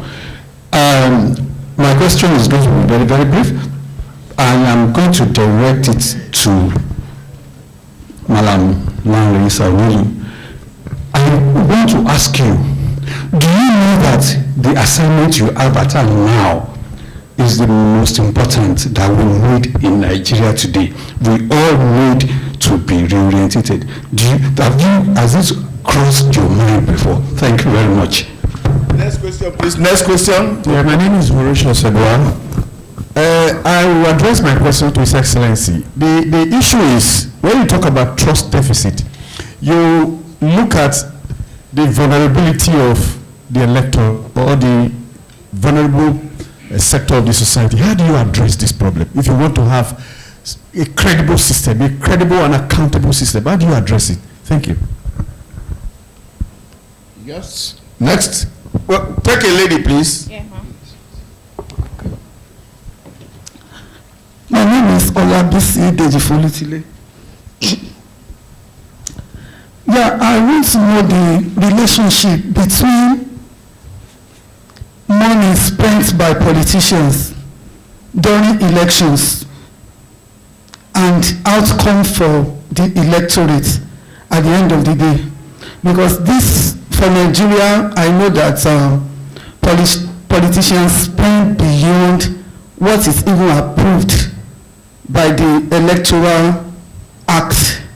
And at the end of the day, it appears as if they are more interested in recouping what is spent during elections. So I want to know if there is any relationship between that and general outcome and for the electorate, and how we can actually work towards ending this kind of thing. And the question is for, I guess, the speaker. The speaker, yeah. Thank you very much. So we have 3 questions. Olayinka wants to know from DG NOAA, your assignment is the most important. Do you realize that? I don't know why he wants to. I'm already scared, and he's trying to now compound this for me. Compound your fear. By reminding me. Oh, okay, yes. Why it is not that difficult is because I realize it's not down to me alone. And I am lucky on many fronts. One is, before I got to NOA, I was one of those people who felt that agency should be scrapped, that it has outlived its usefulness. But I was lucky when I got there within 2 weeks, I realized that the issue was not about the agency. That's the typical Nigerian thing. The agency was poised, to do it and deliver on its mandate, but it's been completely abandoned over the years. Not much for them to do. They had the competence, they are committed, they are patriotic. So that one problem solved. The next thing is to look at I'm an agency under a ministry. I need the space to breathe. I need my minister to buy into whatever I want to do. I'm also lucky on that front to have a friend and a brother as a minister who completely throws himself into that.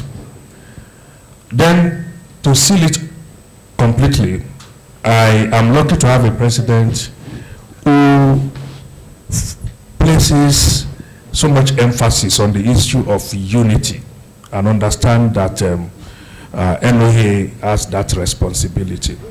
So, with all of this, falling in place for me, it makes the job a lot more easier. And also coming from the media, where I know that a sizable number would, even without asking, say we must support him. He's one of us. So God has buttered my bread, so to say. So I am able to do all of the little that we have been able to do so far because of all these, factors that are in place. So I understand how important it is. And I know that, see, this country, like I said in one of my presentations, the president was there, many people. I said, we are going nowhere. We can build all the bridges, we can do fantastic hospital, put schools in place, beautiful roads, do a lot of infrastructure and put everything in place. Then you will have citizens who will go to the bridges and remove the railings. You will go to the rail track and see people who will remove the rail slippers and sell. You will go to the beautiful road and they will remove the manhole and sell. And you will get people go to the hospital and nobody is paying attention, no duty of care. So you could have all of this. And that's why the Yorubas have this saying, that the mansion that you build, the child you didn't train will sell that mansion for peanut. So it means it's down to you know our values. So that's why without putting in place a solid value system that we all subscribe to, it is difficult for us to move forward. So I understand. Thank you for that question. Thank you very much. We are going back to the speaker, our keynoter, so please pass the mic to him. The first question is the vulnerability of the electorate. They are vulnerable. Do you consider that? The second one is the relationship between money spent and outcome of that expenditure. Is it commensurate? Well, let me start with the first one. And before I do that, let me prepare and learn that I'm a local politician. And I approach politics locally. You see, part of the problem of our politics, our type of democracy and politics, is the selection process of leadership. Sure. It creates a lot of problems. Let me give you a simple example.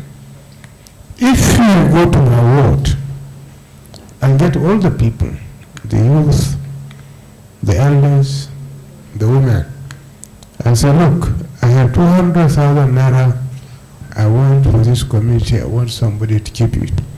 They will say, Mr. So. And you hardly find anybody who will raise doubt because he knows and believes in his integrity that when you come back for that money, it will be there. But in selection for political offices as we have them today, that doesn't work. So that good man may not even raise his hand.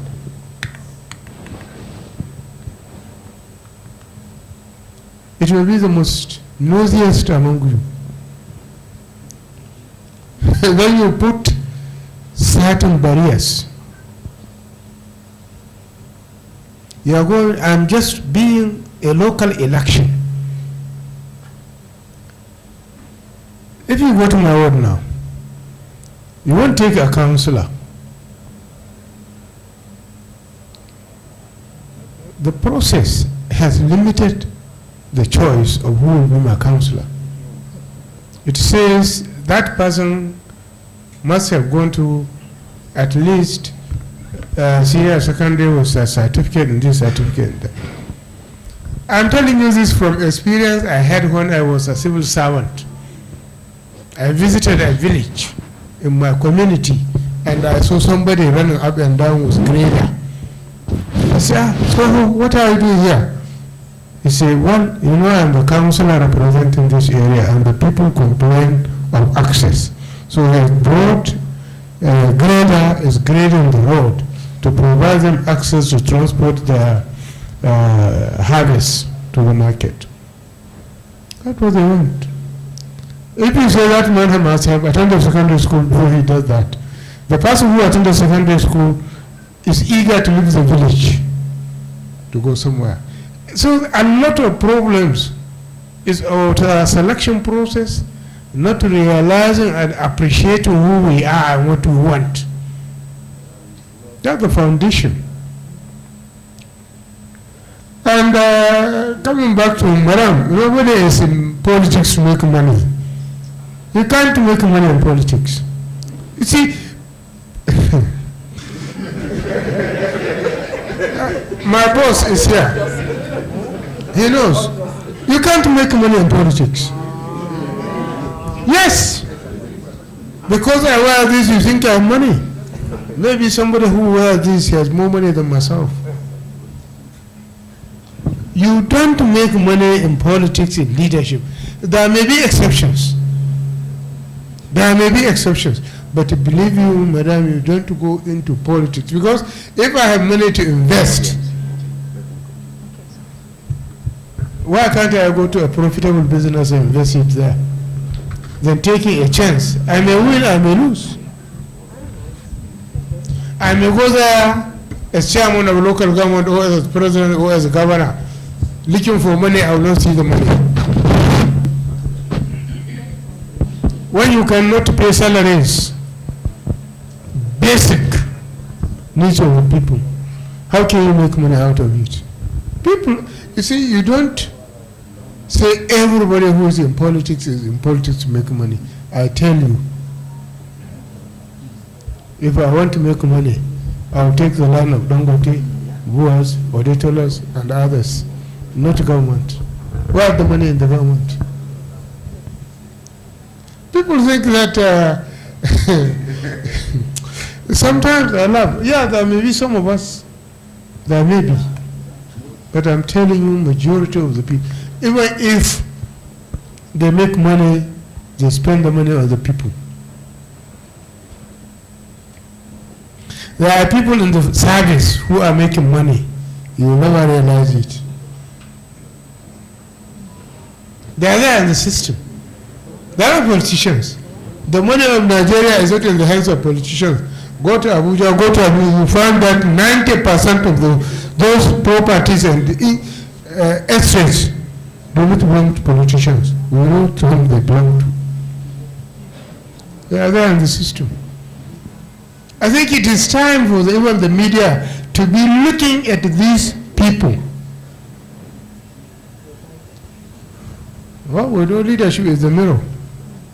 Yes, there's no doubt about it. And luckily enough, with this today's world, you cannot hide. You can only run. Because you can track the money, you can follow the wherever somebody has. So, madam, we don't. I find it very fun to think that you have politics to make money. No. Politics is a providing service. There are some of us who are very lucky that they have chosen a career to provide service to humanity. Yes. Because you fail to look at where the money is. Look at Lagos. Are you telling me that all the wells in Lagos belong to politicians? There are people who are making the system. And they are very low. But you are looking at the top. But you are not looking at your level and even under. We know the people who have the money in this country. They are not politicians. There may be few of us. I'm not saying that all of us, but there may be few. But if you are looking for the money, look it, you'll find it somewhere else. I realize a very interesting subject, but first one is the leadership process, selection process of leadership creates a lot of problem for us. Because we have taken a system that is devoid, now coming back to some aspects of law, that is devoid of culture and character.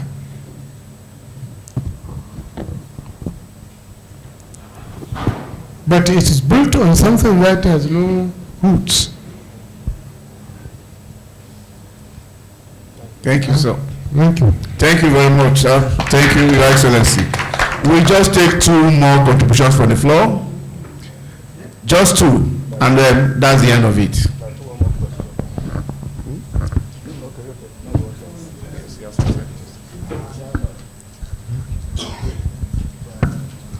Chairman will now speak. And once the chairman speaks, end of story.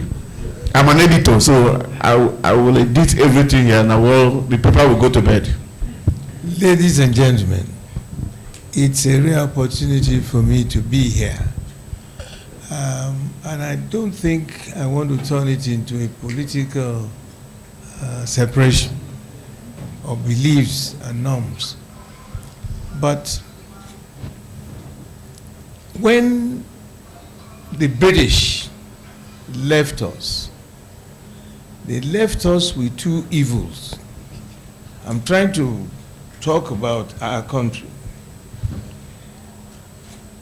We are blessed in this country in human resource, mineral resources, anything. I have snaked through this country, and there is no village that is not blessed with one thing or the other. Now, each time I travel and come back, when you are out there now, you see many Nigerians who are consultants, who are experts in this, experts in that. Then I keep asking myself, what is the problem? I am happy that one of the speakers stated the moral part of education. When I was in primary school, civic training, the do's and don'ts, and the teachers have the cane.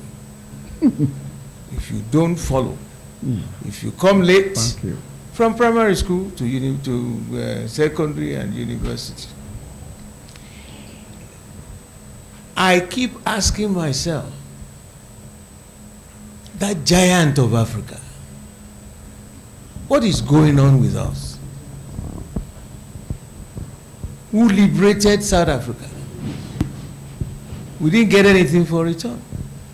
Who fought for Zimbabwe?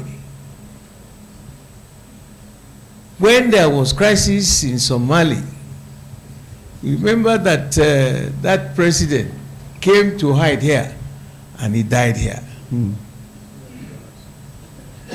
There was also crisis in Liberia. Who went there? Nigeria. I was still in the service when we sent ships to block their channels to prevent invaders. The same thing in Sierra Leone. You remember Congo? Who liberated Congo? And I said, what can we do? Like the topic you are discussing now. We were named the giant of Africa. We even gave loans in those days, even during General Gawan's time, to Britain and some European countries. So, I have come to a conclusion, and that is what I want to share with our people. The constitution we are running is not democratic. I've seen both sides. I've been in the military and I've also been in the civil. Now, you look at the constitution. For a military, the power comes from the top downwards. And God bless you if you refuse your commander's order. Yeah, we, the military, provided this current constitution, which is akin to a typical management style of the military. And that is why you don't get the impact at the floor level. The masses. Power must come from the people down upwards. I tell you something that I experienced recently. I visited the Kwanti. You know, that's the toughest area for police arrest. It's not that long, Kwanti. The DC there took me downstairs in the cells. I saw a lot of young people, 14, 15, 16, around that, many of them. And he was asking, he said, Baba, you know, I keep thinking in my mind, these were boys who, there are schools to train Yahoo boys. Their parents were also part of that. It's better for him to go to Yahoo school. No, it's a fact. So where are those things We went to school. Batareadu ko ka bo baka wire. Batareadu ko. It was a pride. I don't know, somewhere along the line we stopped teaching history. If you fail to know your past, how would you avoid the pitfalls as you go forward? One, we must change this constitution. Let's devolve powers to those governors, local governments.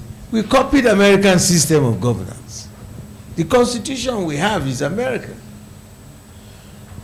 Are we doing it the way it's done? No. Why should local governments, for example, take the local government. I accept the military created this wahala. I'm not here to deny it. I was also a governor when we were trying to, I tell you one give you one information. We came to Lagos to discuss with Babangida at that time, with Maoga, about creation of local governments. By the time I got here from Akure, my KBC in Lagos, the late Papa Adele, Oyeko, was in my governor's residence. I said, Papa, what is? He said, but there I want to see you. Yes, sir. So I took him, he didn't have any lift and he cannot climb up. So we cleared one room. Papa, what is the problem? He said, I hear that you people want to create more local governments. He said, but because he's my in-law, his first wife is my father's sister. He said, in me, the kingdom, you want to go and start cutting more. That was his perception. I went to Oga. I said, sir, the KBC said you don't need to. He said, nobody knew at that time that all these allocations, the monthly allocations, will affect us. Yes. That is why till today, the biggest, the most populated state in Nigeria, the largest electoral state in Nigeria has only 20 local governments. Ogun, that is not even up to Limosho, 20 local governments. No, seriously. You go up to the north. Kano is 44 local governments. Jigawa, 27. And Katsina, 34. And representation at the National Assembly is based on that. Yes. Apart from that, what they carry home at the end of the month, the allocation directed from the allocation committee, based on the number of local governments. Yes. Is that justice? Is that fairness? But when people are campaigning, they talk about it, they say about that. But when they get in there, they can't do it. So I am yet, what Prof said about the real education. You say they now teach history, maybe at the higher level. If you grab a little kid from that childhood something to teach them the civics, the do's and don'ts, the culture, the respect, which is akin to Africa, you won't miss it. We've been pleading. I've not seen the president, but I've met with the other people, all my friends here. What is the division? Anything we raise up in this country, we assuage it to religious and tribalism. We must get rid of them in whatever format. This nation is blessed. Now that Trump has started to drive everybody, maybe all those professors and all these brilliant Nigerians will start running back here. And I am happy, thank God, to most of our northern governors now. Education makes people easy to teach, but very difficult to deceive. I have a lot of sons all over this country, and I'm happy about what our counterparts, our brothers in the north, have done to their people. The challenges of this insecurity, because when they finish, where is the hope? Where is the hope? They go back to the huts where they went out. The government called them, you must go to school, go. Okay, they are back, they are degree holders. I've been to Katsina State University when Shama was, they had their first graduation. 2 boys, one had a first class in mathematics, another in science. So I asked the governor, what are you going to do to these boys? He said, okay, you see, those people, the Fulani people, they are our parents, but we are going to send them abroad for scholarship. I said, I thank you. Do you think an illiterate can derail a moving train? It's not possible. The need for us, I don't know the time frame now, to revisit ourselves and revisit the dictates that can make this country move. Forget about the, because once you have finished your election, we're all Nigerians now.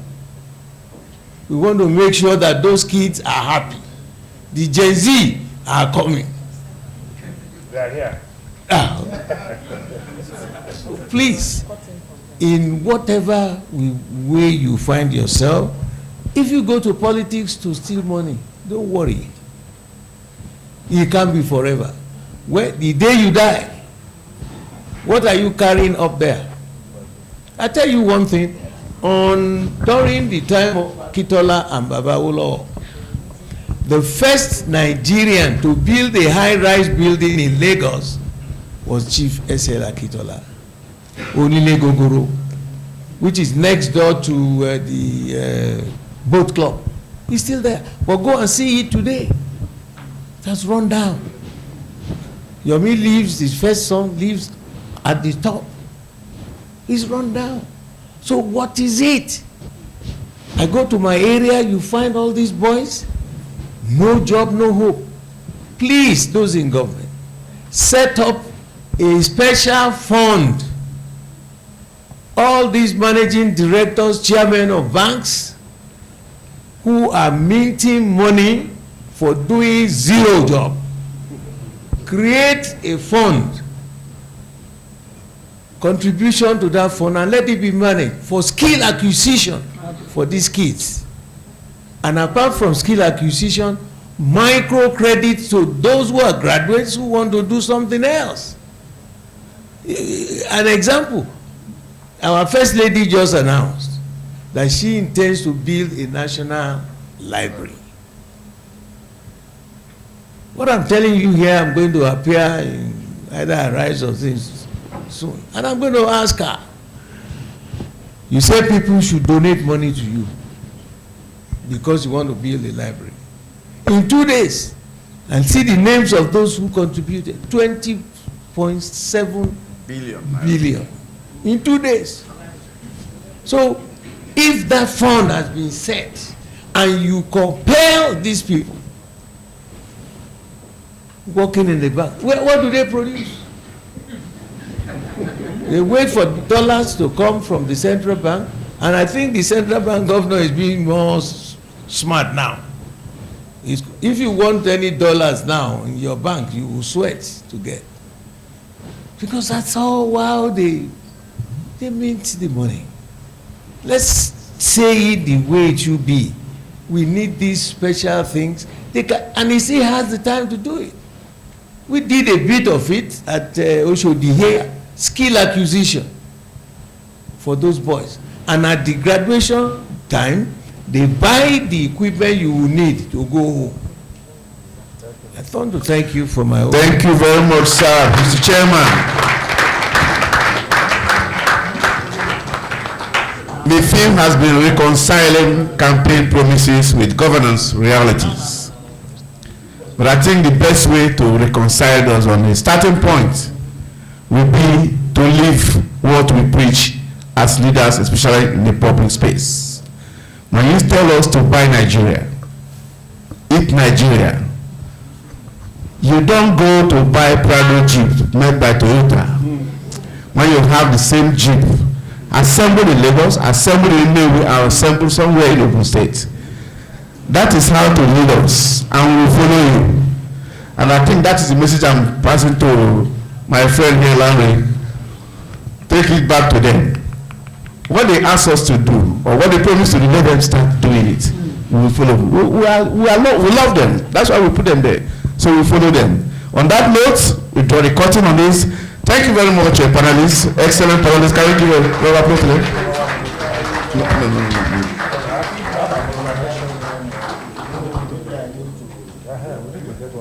Because, okay. I think they are itching here. Some nerves have been touched. So we'll start from Premium Times, Musikili Mojid. Yeah, I just want to... Just 1 minute each, please. Alhaji Lai Mohammed responded to a comment I made about COVID-19 pandemic and government not doing anything for the media. So he sent in a note to say it is not quite true that during the COVID-19 pandemic, the government did not do anything to help. As a minister, during COVID-19, we offered palliatives to the broadcasting sector by writing off a huge percentage of their debts.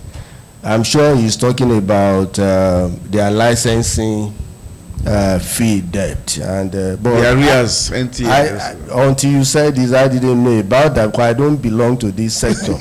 So I like that.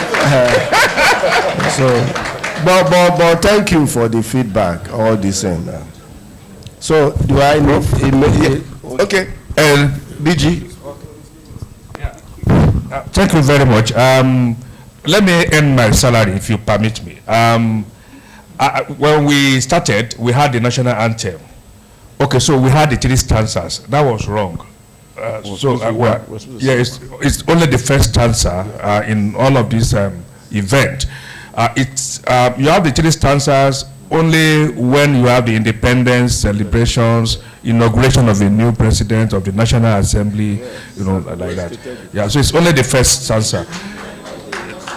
Then the third stanza, you don't sing it, you recite. It's a prayer. So it's been adopted as the national prayer. So you could, recite it first. Then the first stanza, tongues, tribes and tongues may differ. What we have is plural of tribes and tongues, because the way it is in the act is the way we must promote it. Then the last line, Nigeria all it is not are proud to serve. So it is Nigerians all, not and. Yes. So what I saw here is and, just for us to note that. And allow you to end his pay, please. Yeah. Thank you very much. The Chief Brother George, thank you very much for that wonderful elderly, intervention. We always enjoy such intervention from you.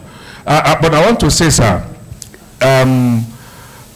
Naseni today has over 1,000 centers in this country, booths in localities where if you're a tailor, the tailoring machines are there. You could go there and be working and be earning your pay without paying for those machines. So if you don't have money to buy your machines, you have, and they have for many artisans like that. Besides that, the reforms that have happened are majorly in macro, at the macro level, the GDP, the inflation, all of that. So the next stage is what is called micro. So a program is going to be announced very shortly, which is called the New Hope World Development Project, where 1,000 people in every ward will be picked, every single ward, and we have 8,809 wards in Nigeria. So if you multiply by that by 1,000, so they will be given support to develop skill and to also set up businesses. So in a couple of 1 year, 2 years, we're going to have about 8,809 businesses times 1,000 produced, because it is believed that productivity can only be kick-started, right from bottom, just as you said. Bottom up development. Bottom up. Thank you so much, sir. Thank you. Prof, please. Just to remind us that we're here to talk about reconciling campaign promises with governance realities, challenges, and prospects. For me, I believe that we have prospects, and so we should know, people in government should know that promises only build hope. Performance will build trust, so that we can trust them again. And I'm happy with the last intervention he made. If we're able to do that for our people, then there will be trust. Thank you very much. Thank you. Can we give them a round of applause? Excellent panelists. On this note, the curtain is drawn. Panelists can go back to your seats, and I hereby yield the microphone to our master of ceremony. Thank you very much. Okay, so come down there. We are going to have a group photograph. Please come here. With the permission of Mr. Chairman, sir, I would like to invite Mr. Chairman, the keynote speaker, and Alhaji Lai Mohammed, Mr. Femi Adesina, and everybody on this table to come forward for a group photograph, please, with the kind permission of the chairman. Mr. Motosho, please join us.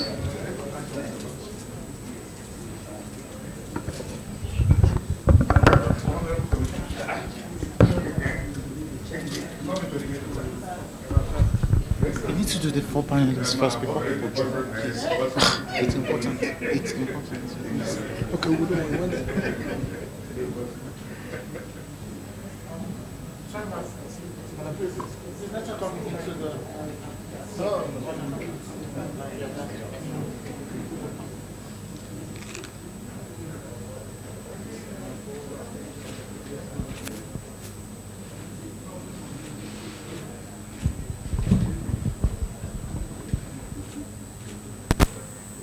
Okay.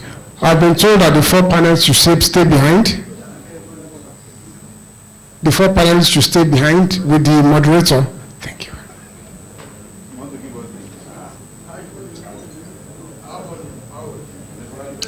Okay, so while that is going on, let me quickly recognize the presence of the Honorable Commissioner for Information and Strategy in Lagos State, Mr.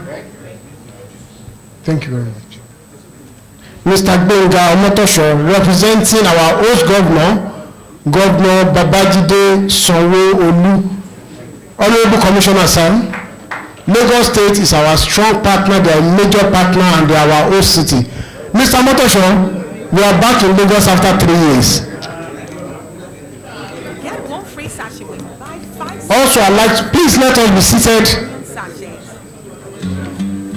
Let's sit, please. Let's have our seats. Let's have our seats.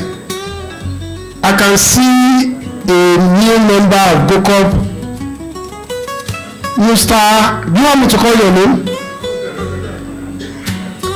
Can you please go to your seat?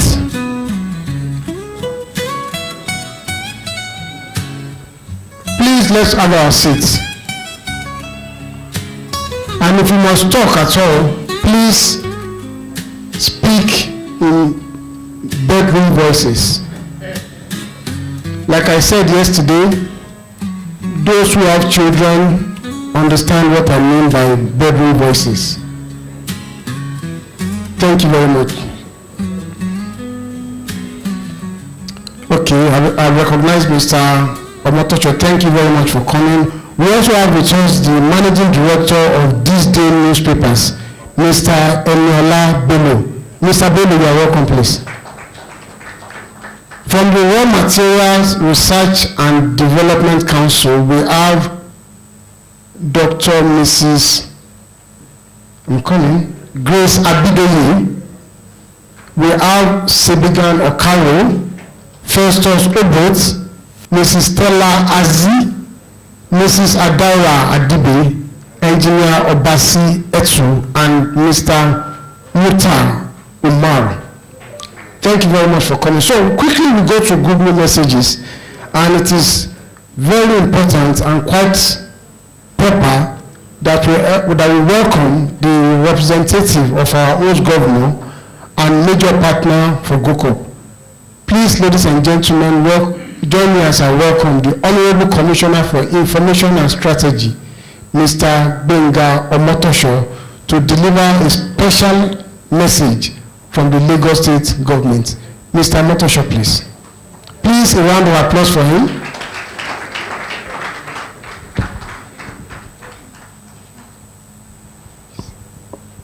Thank you so much, Mr. MC. Good afternoon, all.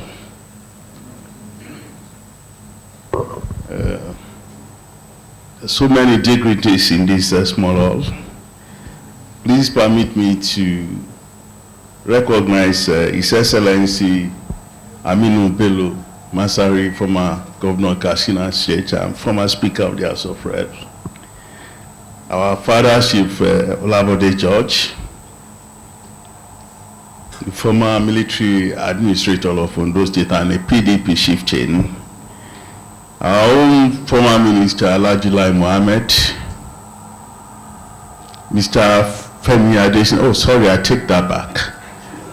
Chief Femi Adesina, the former SA media to the late President Buhari, Alhaji Lanre Isa Onilu, the DG of NOA,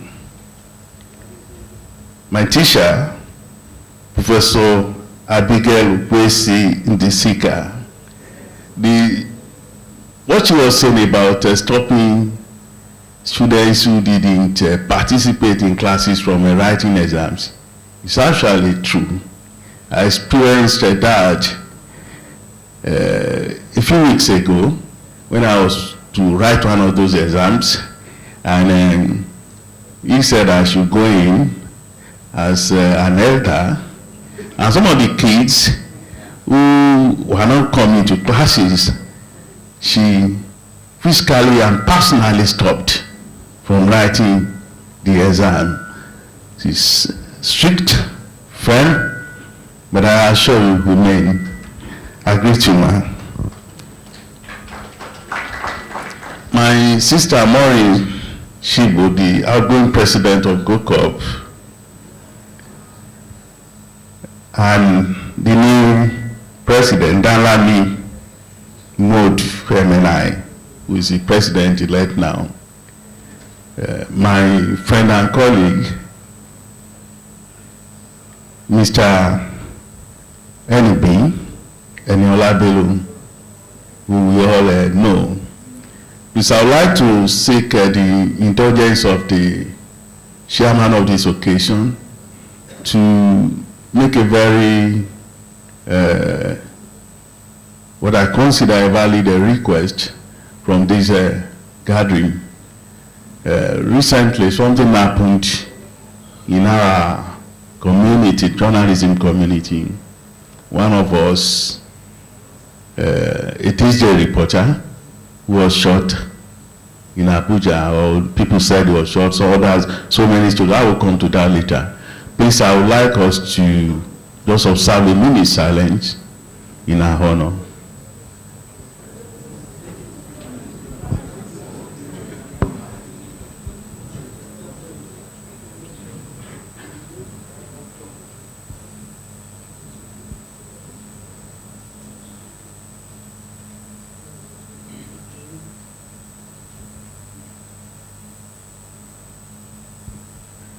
May some so rest in peace. Thank you for that, sir. So I bring you greetings from my principal, Mr. Babajide Olushola Sanwo-Olu.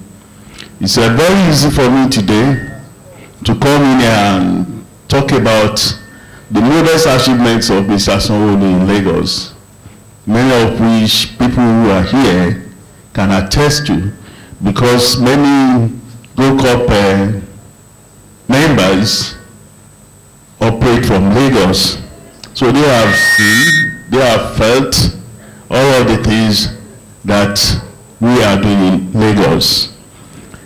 I will only talk about a few because I have two most important things that affect our profession, journalism, to talk about.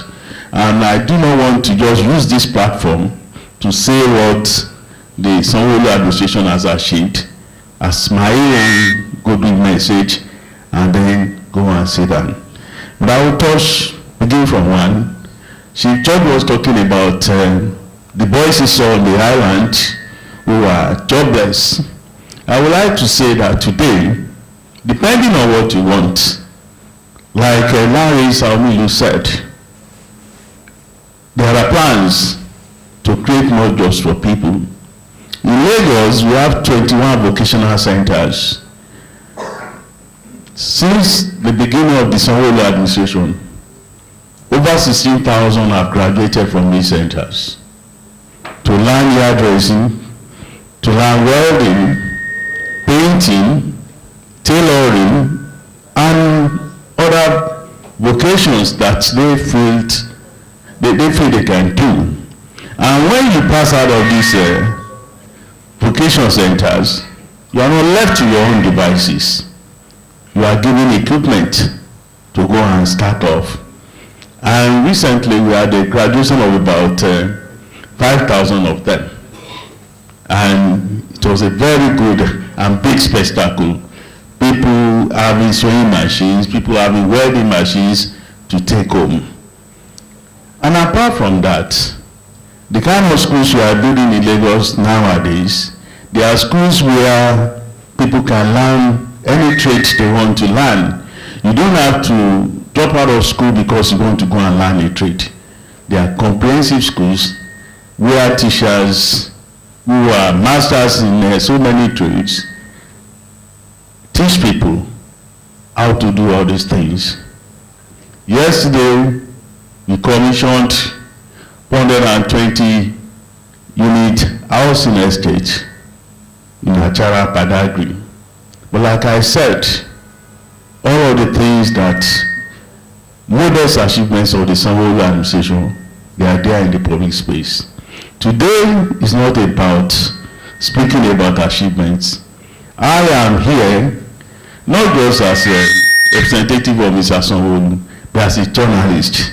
And I think for me being in public office, I've had the opportunity of examining some of the things that trouble our profession. And I feel that these are things that I should talk about and not just Mr. Sanwo-Olu's modest achievements. And there are two things. One is reporting. Nowadays, most of the people that are called journalists, they are mere commentators.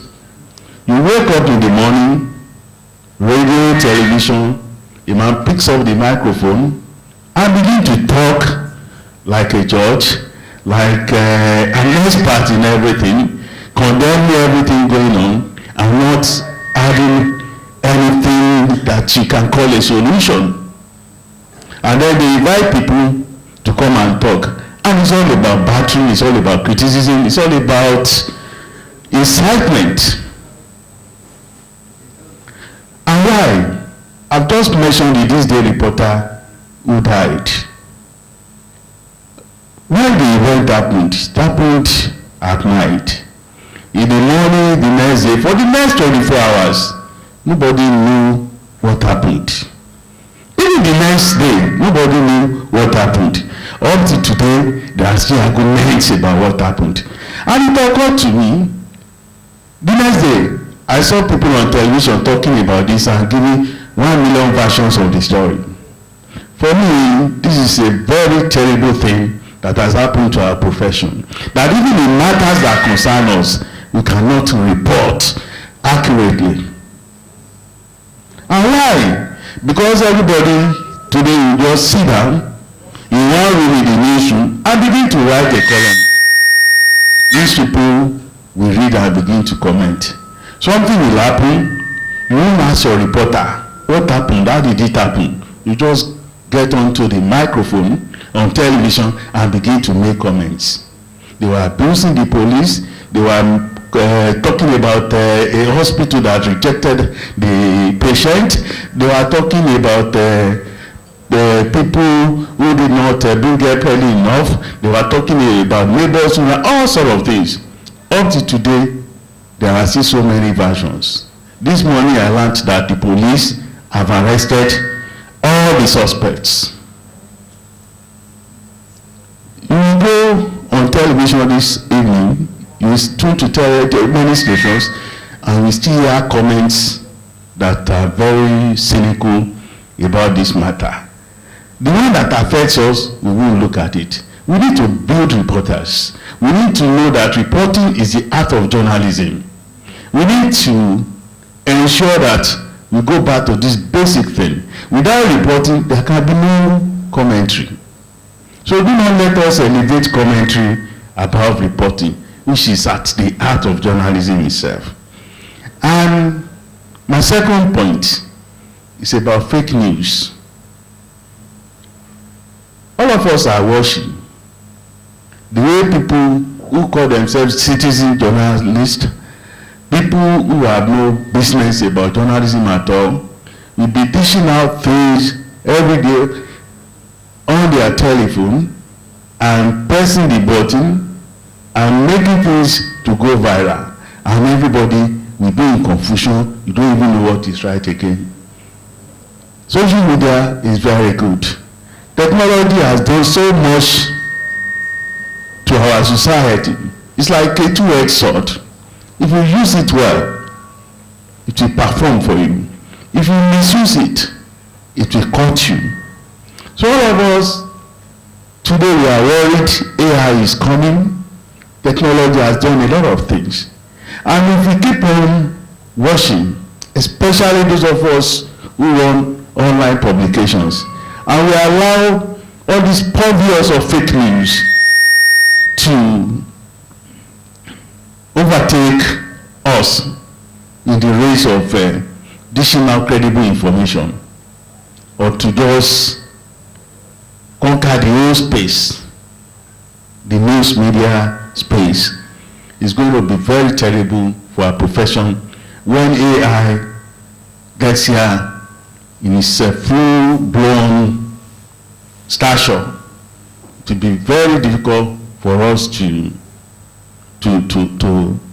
ensure that our profession survives. Today, anybody can be in one room in an unknown village. So long as he has access to a telephone, an Android phone, he can write whatever he likes and then send it out there. And if the authorities are trying to bring consequences, 99% of us in this room will be shouting free speech. These are things that I would like us to think about. The future of our profession is at risk because technology is there. Those who want to use it negatively, we should not allow them to. We should continue to be purveyors of credible news so that the public can know that it's not everything that you see on the social media that is false. On this note, like I said, I will not want to bother you with all of the modest achievements of my principal, who sends his very warm greetings to this gathering. I thank you so much for the opportunity.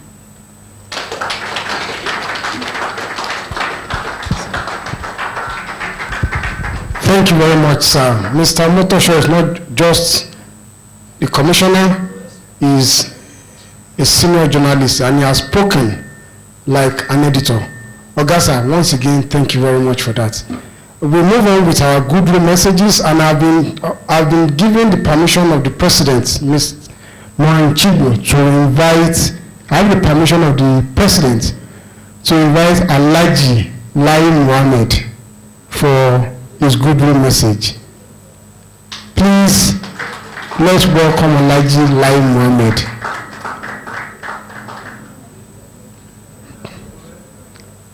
Thank you very much, sir.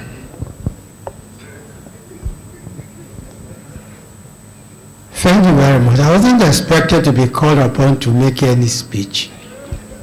And I thank you. Please permit me also to adopt the very expertly laid protocol. I don't think we all noticed a small drama that took place this morning when Chief Bode George was trying to come to the podium. He forgot his walking stick, and I think Governor Masari tried to give it to him, and he said no. And he walked here like a very young man, which means that stick is more a part of dressing than anything. And it reminds me of a story. Many years ago, I was in Heathrow Airport, and I saw the late Chief Tos Benson on a wheelchair. I was being pushed by a caregiver who was a white man. I was with him with the late Chief Odolami. I was very worried and concerned. Why would the Chief Tos Benson come here for medical issues? So we said, okay, when we get to the aircraft, we'll go and pay him, we'll go and greet him. Because I was in the economy class, Chief Tos Benson was in the business class, first class. So I went with Chief Odolami to go and say, Baba, I hope you are feeling better. But we saw him, before we got there, he was walking all about in the first class compartment and chatting. So Chief Odolami said, Baba, we thought you were not feeling well. We just came to greet you. He said, no, I'm very well. Then what are you doing in the wheelchair? He said, long story. He said, when the Europeans first came to Nigeria, they forced my father and my grandfather to be carrying them on hammock when they were very well. So my father and my grandfather, my first generation, used to carry the white men on hammock. So I resolved that one day, when I become somebody, the white man will be carrying me also.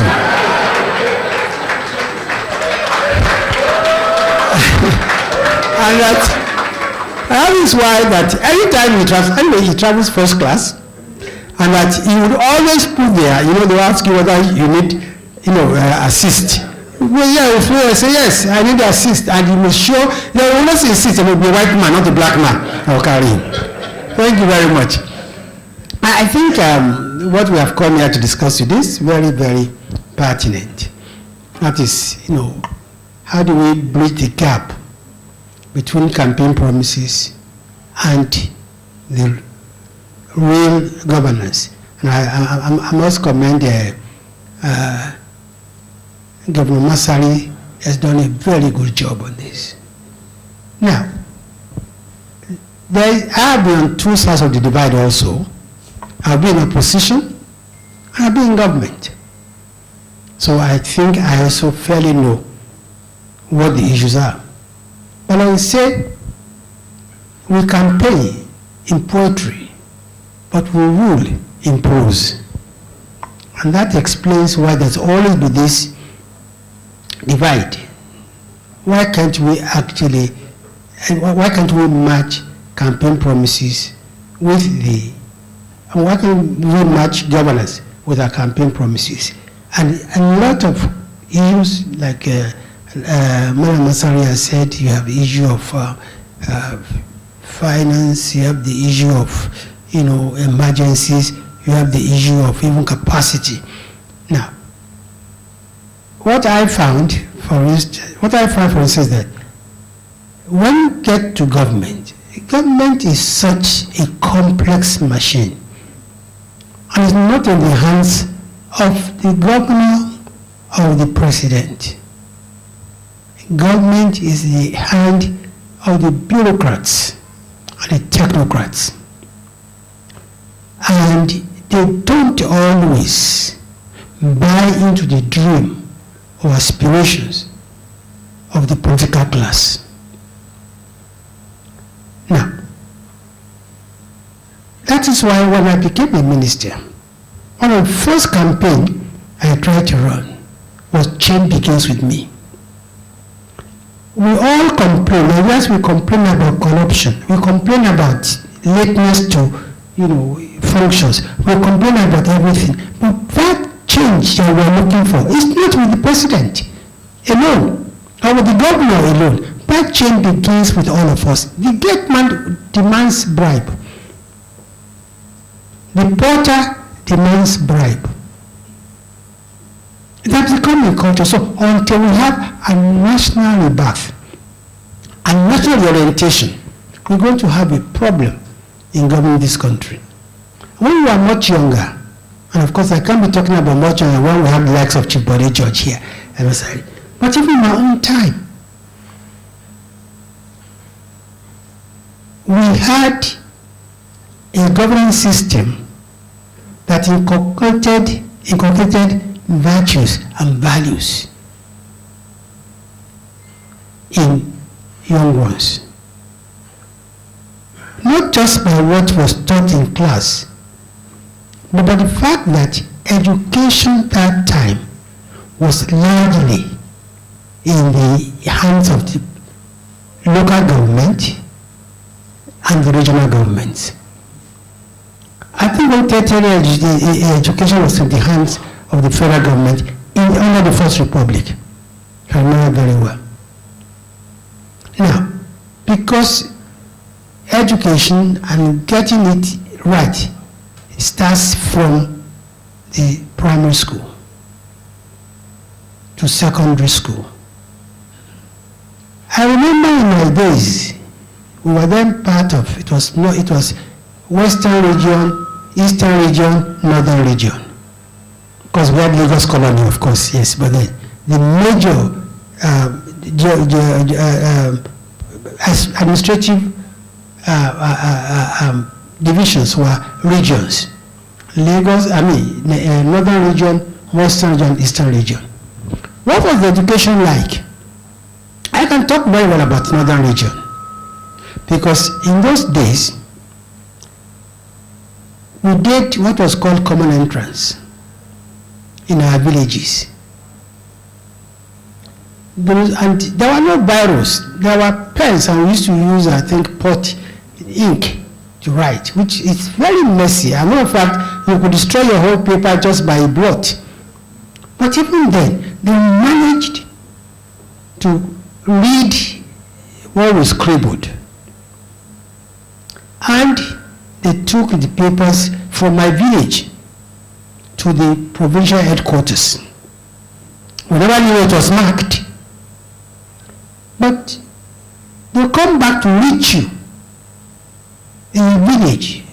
We used to have Ames transport in those days. Ames transport was also used for transportation.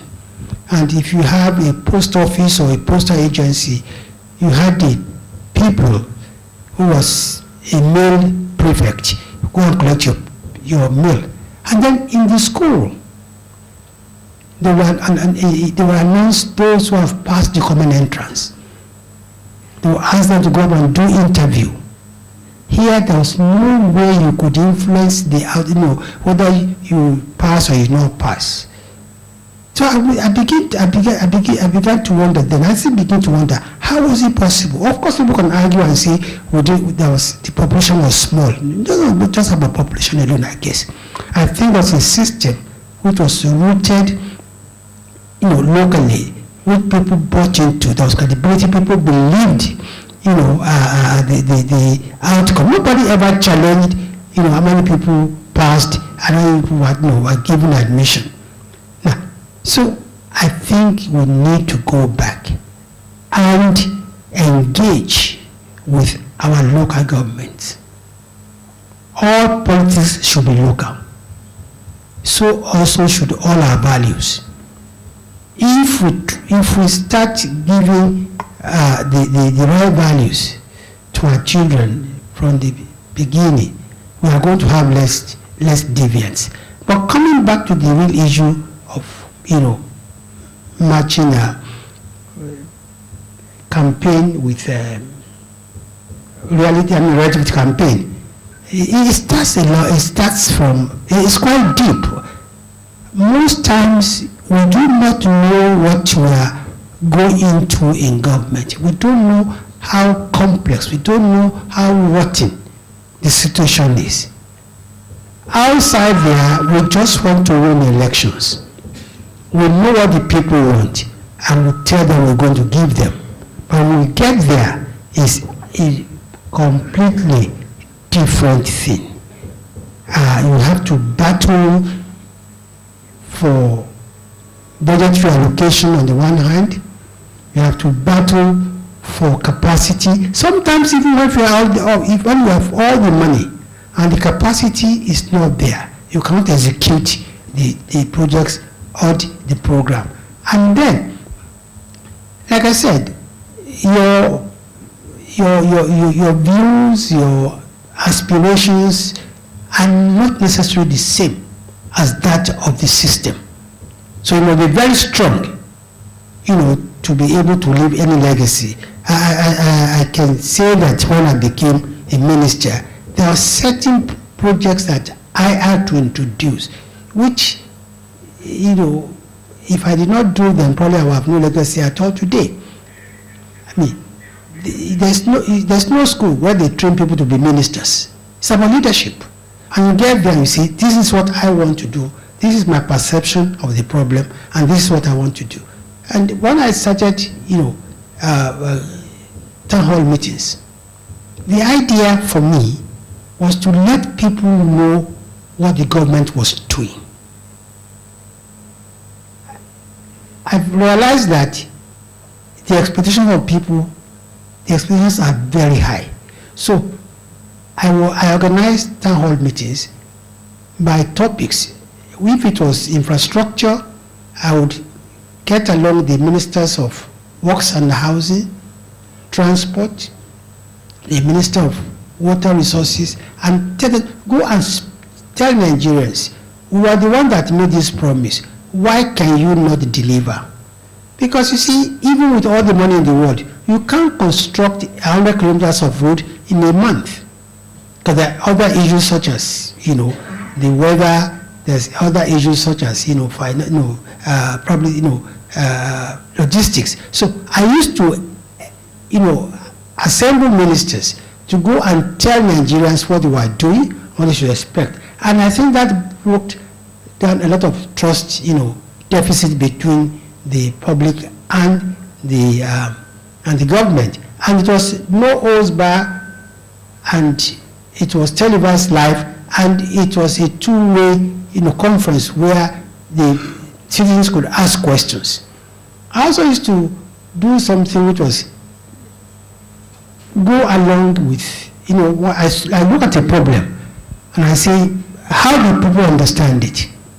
So I used to enlist the support of media and go and inspect ongoing projects of government. So people will know what you are doing with their money, they will know what your challenges are. When I came in, I realized that we, as opposition, we blame Jonathan on his handling of Boko Haram insurgency.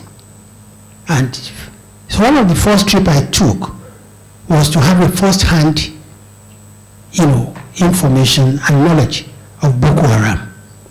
So I arranged a trip to go to Maiduguri, Konduga, Kaure, and Bama to see firsthand, what the issues were. And that really helped me a lot, because I saw how patriotic our military, how much sacrifice they were making. I saw what it's an IDP is. I've never seen one in my life. I saw the kind of damage that was done by Boko Haram. So when I entered Bama on the 5th of December 2015, you would think you were in Tunisia or Algeria All road signs were in Arabic. All signage on Arabic. And the 6,000 houses then that were standing, that were in Burma, not one was standing. They destroyed all of them. But because I had this, so when I came back and I went with the media, I was able to tell them the efforts of the government and what we were doing, what government was doing. I remember a governor in the southwest, after I came back from Burma and Konduga, and Kyle was trying to,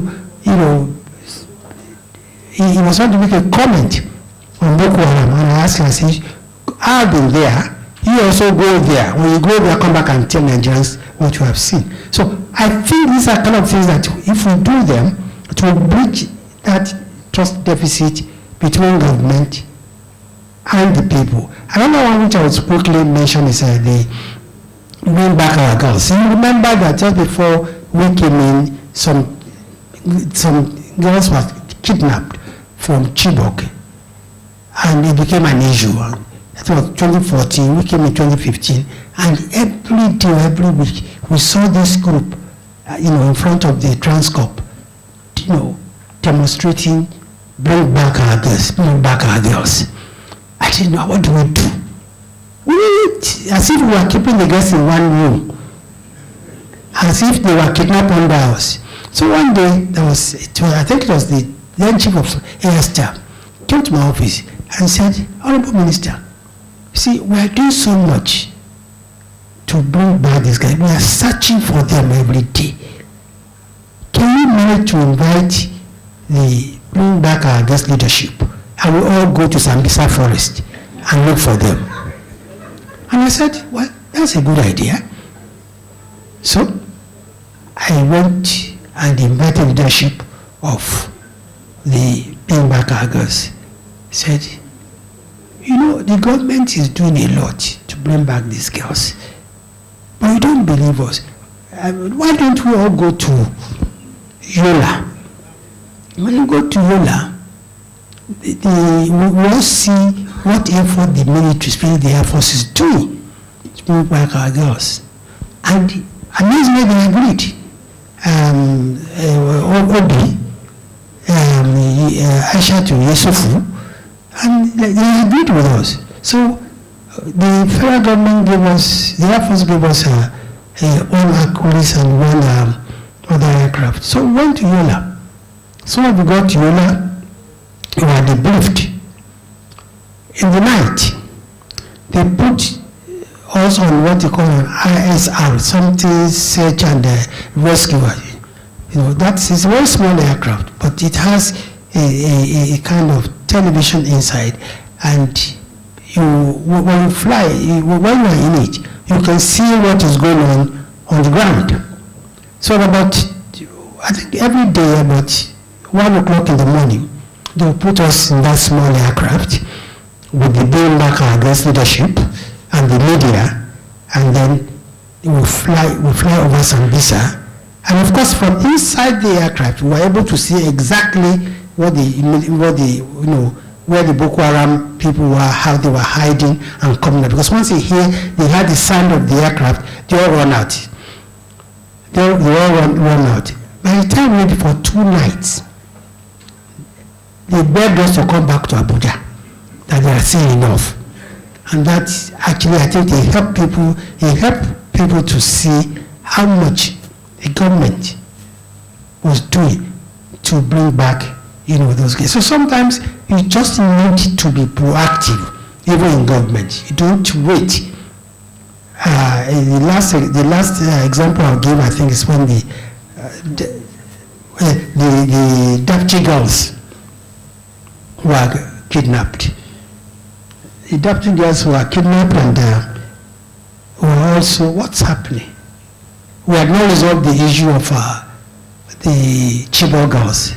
Another 100 plus girls were, 200 plus girls were kidnapped in Dapchi. So what we did, we just went to the NSC, asked them to give us his aircraft. So let him go there, be on the spot. So I went with my aides, with the NTA, and we flew straight again to, I think to Maiduguri. From Maiduguri we flew to We took a chopper to Dapchi, we saw the governor there, and we were able at least to take possession and to take ownership of the story before the do-gooders, all so-called NGOs will come and, give us a narrative which is not our own. You must always in government be able to hold the narrative that way, be able to show good example and convince people of what you are doing. Thank you very much.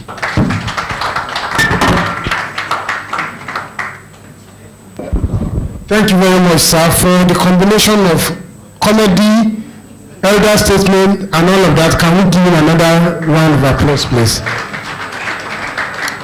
Finally, I would like to invite the chairman of the GOCOP Board of Trustees for a very brief goodwill message. Please note, sir, that Alhaji Lai Mohammed has taken part of your time.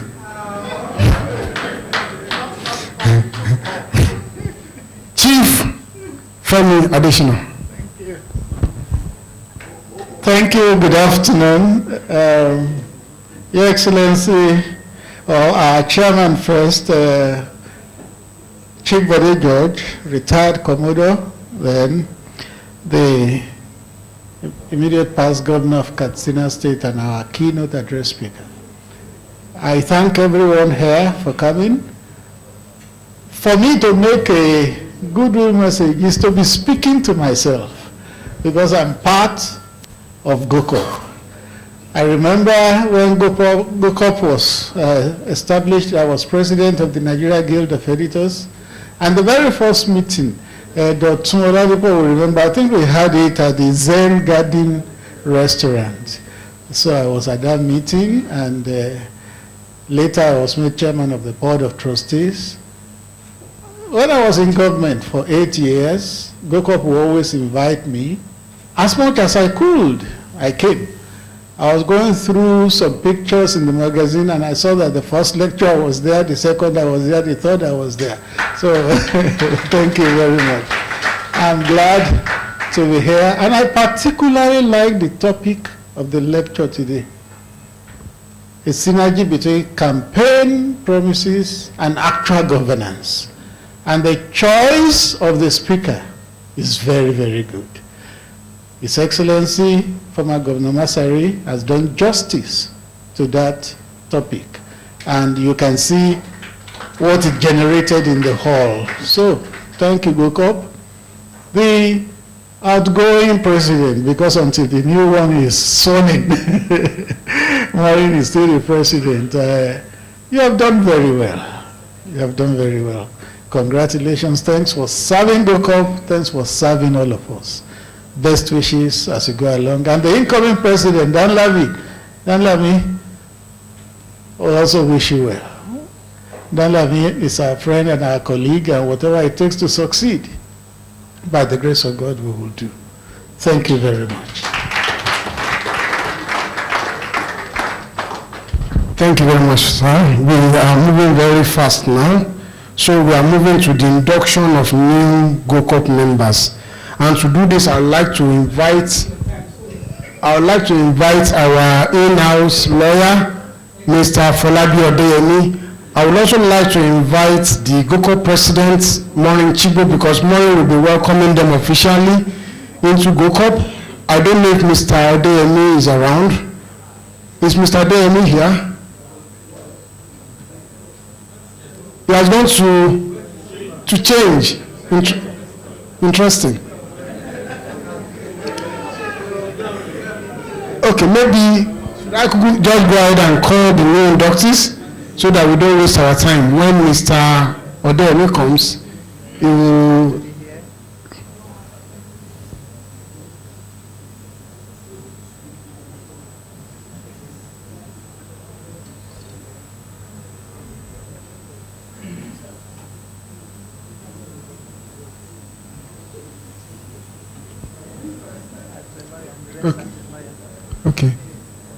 Okay, we wait for Mr. Odeyemi to be here.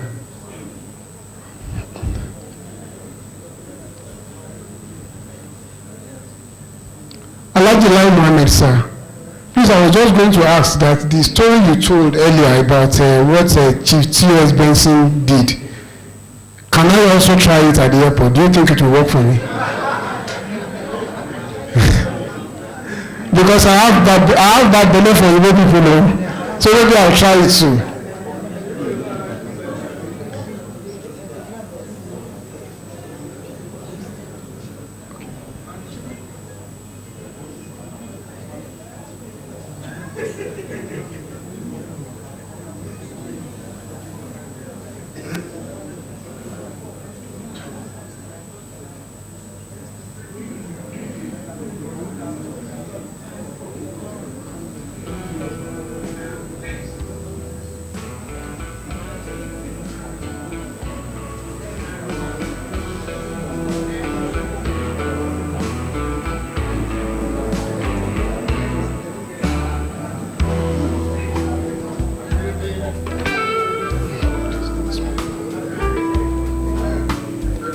We wait for our Mr. Adeyemi.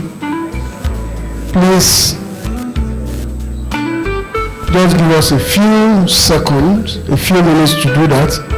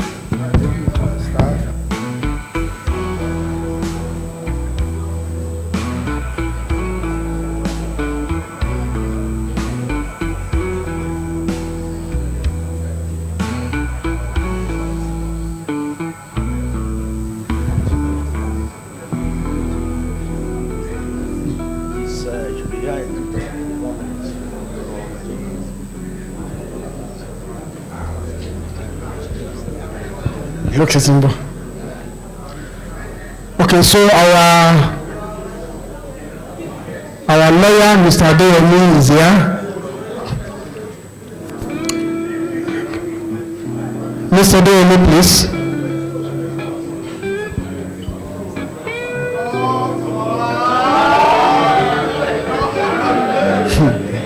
Please, let's go back to our seat, please. Please, let's go back to our seats.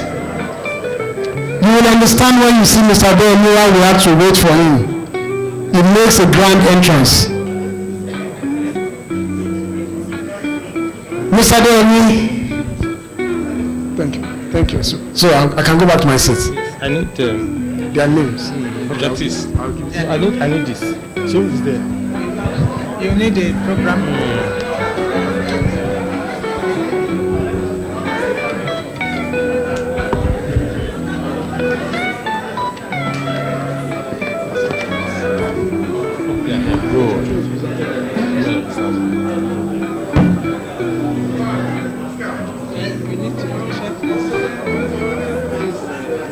Check certificate. This is very okay. Should I call them out? Do you want to call them? I will. Did you arrange them?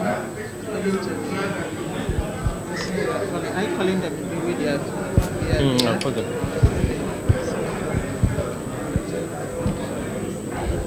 Hello, this is a solemn ceremony, and in view of that, we need to be very calm, and all of us be in a silent mood.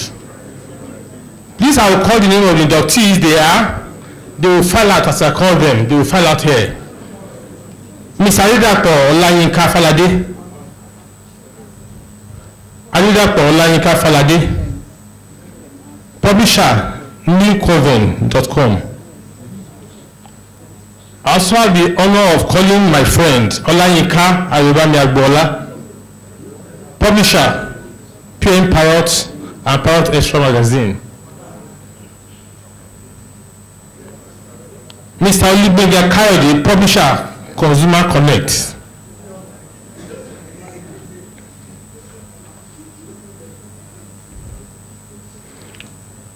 Mr. Olumuyiwa Akanbi Akintunde, Publisher, breezynewsng.com.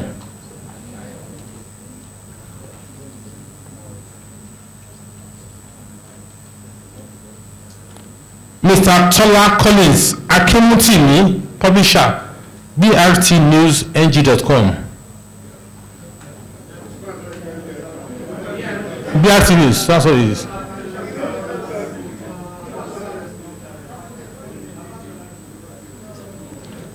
Mr. Tony Agbola Amokeodo, Publisher, The ID News.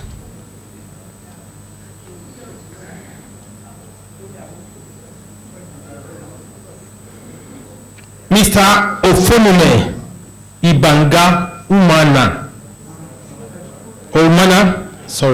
Publisher, TNT, that's Today's News Today, Today's News Now. Then, Mr. Wilson Dele Aderibe, Publisher, Maritime First.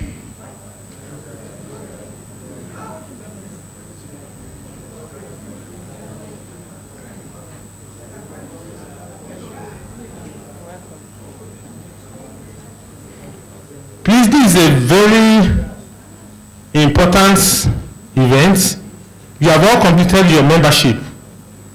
After you must have filled the requirements. Your induction fee must have been paid. I agree. Now, you shall take the oath of ethics and the oath of allegiance of GOCOP. You raise your hand up, your right hand. You can raise it up, please. Your right hand. If you also wish, you can place your left hand on your chest, signifying where your heart is. So you stay after me.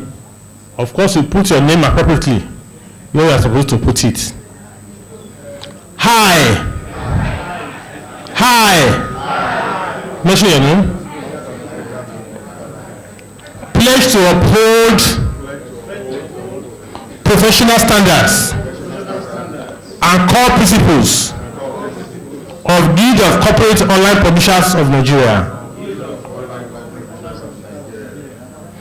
I also affirm that I shall be committed to the Constitution, bylaws of GOCOP, and adhere to our code of ethics. So help me God. Thank you. Now you shall get your certificate, and the president shall be handing that to you. Let me call them one after the other. First one is Mr. Adedapo Olayinka Falade.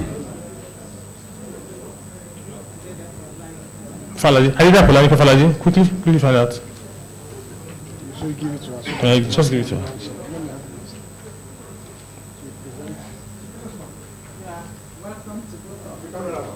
Hello.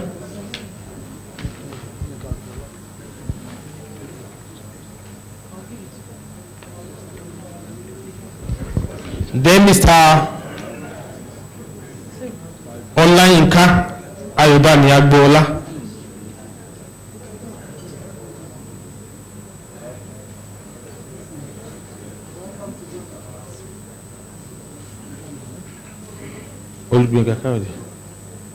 Mr. Olugbenga Kayode, Publisher, Consumer Connect.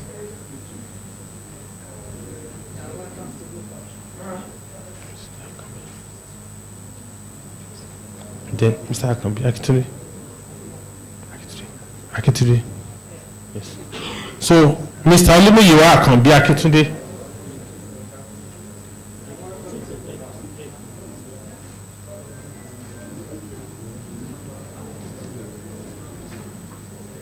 Mr. Tola Collins Akimutimi.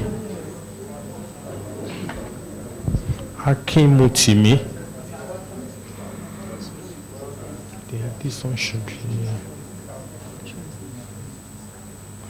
Then Mr. Ofonime Umana.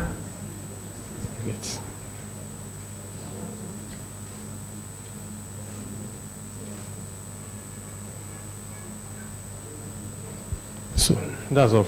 Those are the one present. So,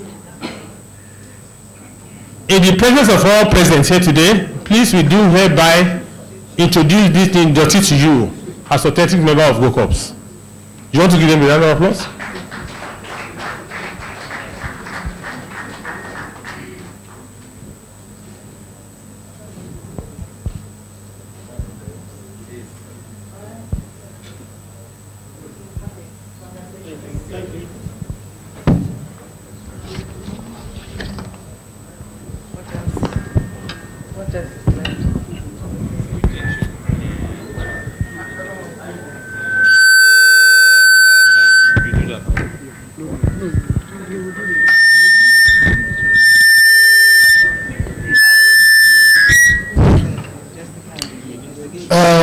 Quickly, I'd like to invite briefly the chairman of the GOCOP Membership Screening Committee, Mr. Musikilu Mojid. It's very important he explains to us the process that produced these 6 people here today.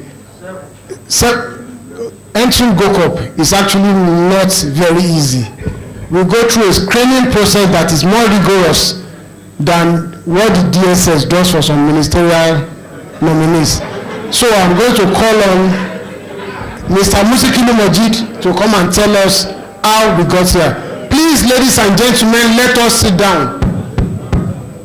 Sit down and let us try as much as possible to be quiet. Hello.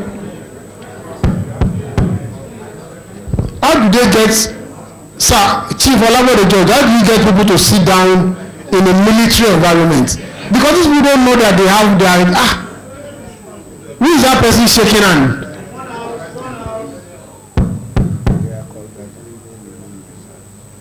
Okay, I understand that they are congratulating the new members. Their friends and their godfathers are congratulating them.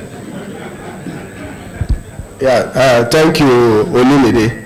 I think it is important to explain how people become members of GOCOP. This year we got 35 applications to join GOCOP, and we just have 8 people who succeeded. We have a standing committee which I chair, comprising Olumide himself and Rose Moses, who is I see in the hall there. So, and there is a rigorous screening process which explains why the remaining people didn't make it. One, the constitution of GOCOP is very clear about how people can become members. For instance, to become a member of GOCOP, your company must be registered with the Corporate Affairs Commission, and your company must be registered as a business meant to do the business of media. So you cannot say because you are an oil and gas magnate, you have some money, you want to publish. So then your publication must have been in existence for 3 years. So apart from the company being in existence, the publication itself must have functioned for 3 years. So if you meet that criteria, and then there is also the GOCOP Ethics Committee, which is an ombudsman, must establish that you've not been found wanting for this. So if a businessman, because anybody can be a member of GOCOP, you do not have to be a journalist. If you have money to start a news publication, then you must have a journalist who has been a manager in a newsroom, in another newsroom, at least having practiced for a minimum of 10 years. So those are conditions. You must have an operating office so that if there is violation, where people can find you, where authority can find you, you must have employed a minimum of 2 people working for you. So it's not a one-man band. So it's a serious business. So if you meet all of these requirement. And then you must be recommended by existing members of GOCOP who are up to date. So those are the basic consideration for becoming members of GOCOP. So most times people make up stuff. At times people are not qualified for several reasons. And we do a lot of diligent screening of both the publications and the individuals that want to become members of GOCOP. And these gentlemen and gentlemen here today were those who were able to make the cut this year. Mr. Laronilu was asking me why there were no women among them. Well, that's not our fault. Although we wish that there are more women, because we always talk about inclusivity, especially in GOCOP. We want more and more women to join. We want more women entrepreneurs in the business of media. But until they apply and qualify, there's nothing we can do about it. So we apologize for that. So I think that's the explanation that I think is necessary at this point. Thank you so much for listening. Thank you very much, President Emeritus Musikilu Majid. Before we go to the big one, which is the induction of swearing in of new ESCO, GOCOP this week is saying goodbye to our Administrative Secretary, Ms. Jessica Wadeze, who has served us diligently and professionally. She is moving on to higher opportunities, and the ESCO thought it wise to actually present a gift for her on our biggest stage. So I'll be calling on Madam President, Maureen Chigo. Okay, Madam President, this is perhaps our last act as the President of GOCOP, but it also shows you that we value our human capacity.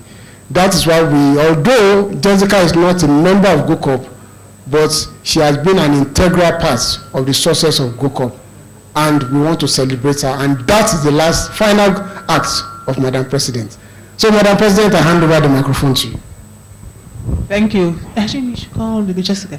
Jessica Wadeze, please. Come on.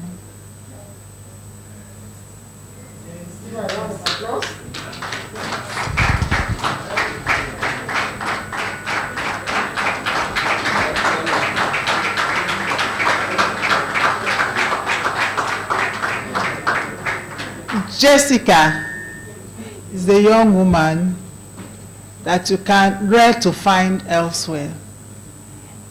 In the days of Gen Z, when it's difficult to get people to work, she works. And when I say she works, she works.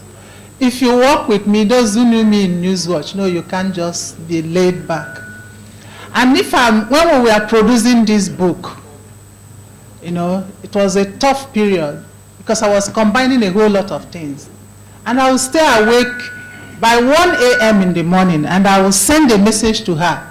I will be thinking maybe I will get it in the morning, but in the next few seconds, the message has come back to me. So she worked at my pace and helped us to produce this book, You Saw This. So, and it's not just that.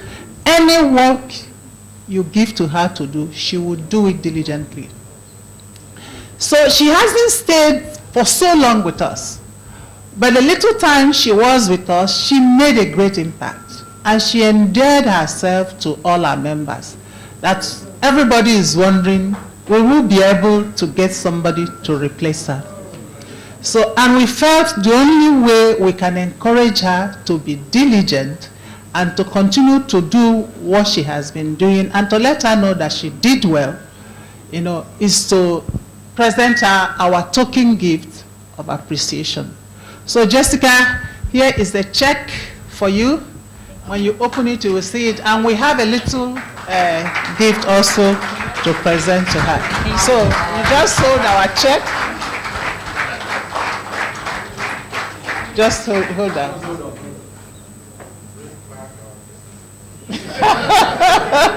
So this is our check. You hold it. And then is also a token of our appreciation. Wow. Thank you.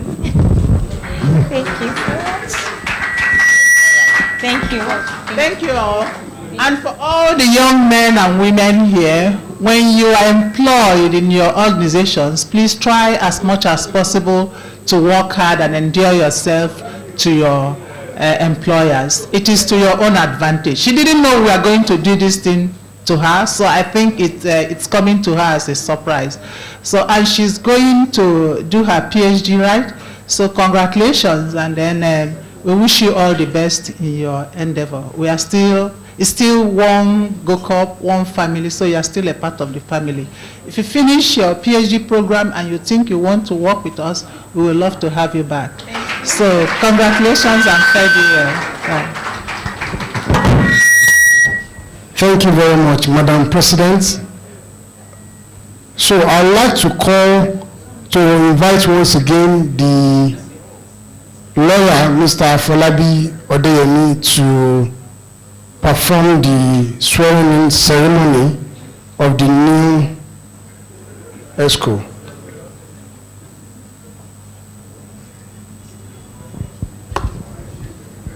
Where's the list? The list. Give me the list.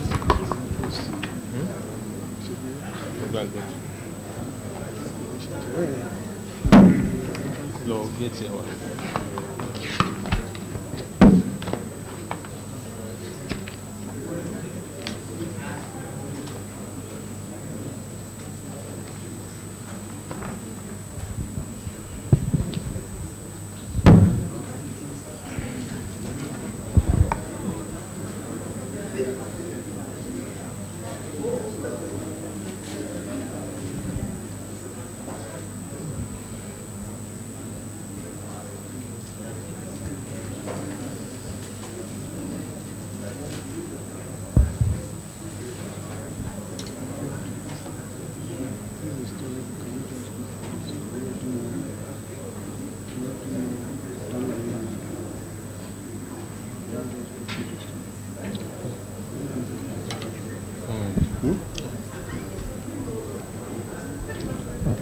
Let me quickly call out the names.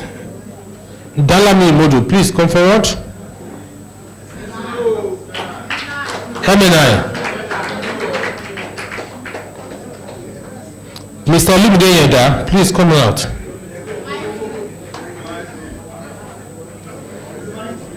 Mr. Jaifo, please come out. Mr. Akim Oyetuji, please come out.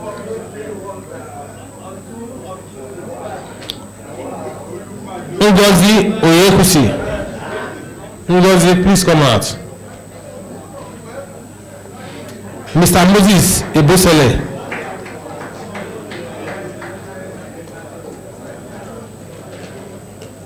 Kemi Yesufu.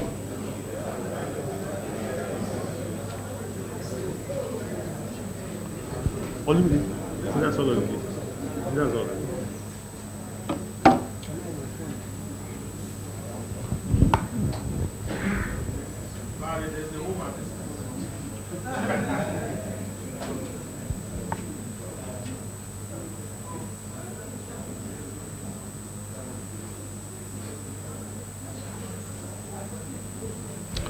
Please, you are permit me to do that of the Mr. President separately. Mr. President, please come forward. Come forward. You raise your hand up. The right hand. And you place one on your chest. You can raise it up properly. I'm doing it separately because a lot of weight is on the shoulder. Do you agree? Hi. Should I mention my name? You are not mentioning very well. I want to hear you. Please, let's take it again. Hi. Oh, please, give me the microphone. Sorry.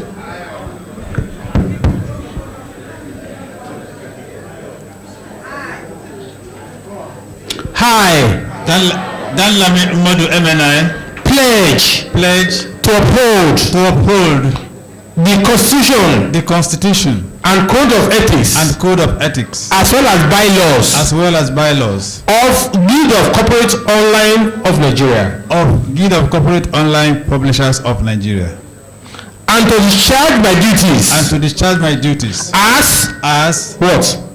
As president of the Guild of Corporate Online Publishers. And I shall do so. And I shall do so faithfully. Faithfully. And with due true allegiance. And with true allegiance. I also affirm. That I shall be loyal. That I shall be loyal. To GOCOP. To GOCOP. Committing to the association's growth. Committing to their decisions' growth. Always. Always. I solemnly affirm. I solemnly affirm. To preserve all of this. To preserve all of this. To the best of my ability. To the best of my ability. So help me God. So help me God.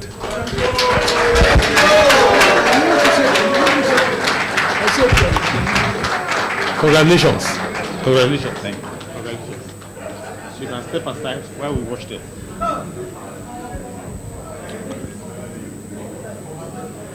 All of you will likewise please raise up your hand and you place one on your chest. And you say after me, you put your name appropriately and you also put your responsibility appropriately when it's go to that place too. I say, hi! Are there hi also in the audience? Hi!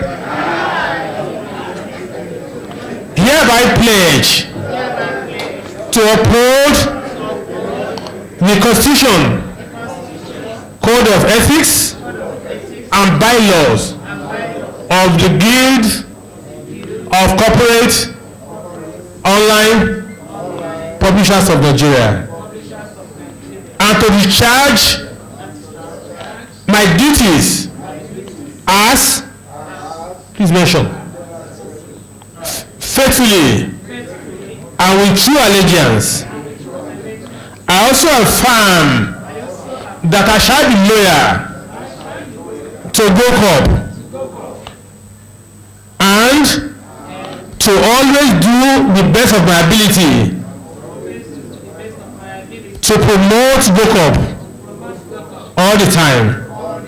So help me God. I congratulate all of you. Congratulations. You want to shake hands? Thank you. Thank you. Thank you. Kevin. You can take a good picture now. You can take a good picture.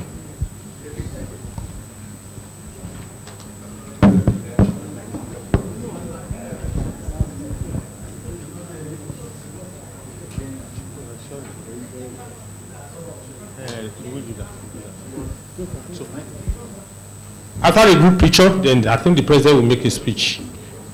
I'm done with my own assignments.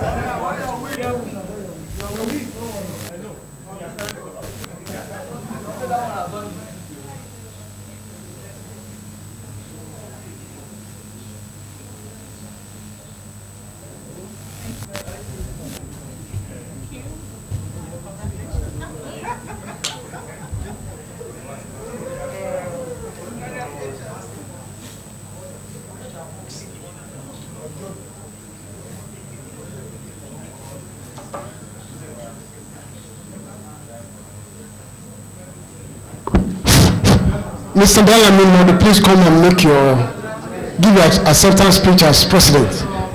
Brief, very Yes. 1 minute. Can I start? Let that also be your vote of thanks. Yeah, okay.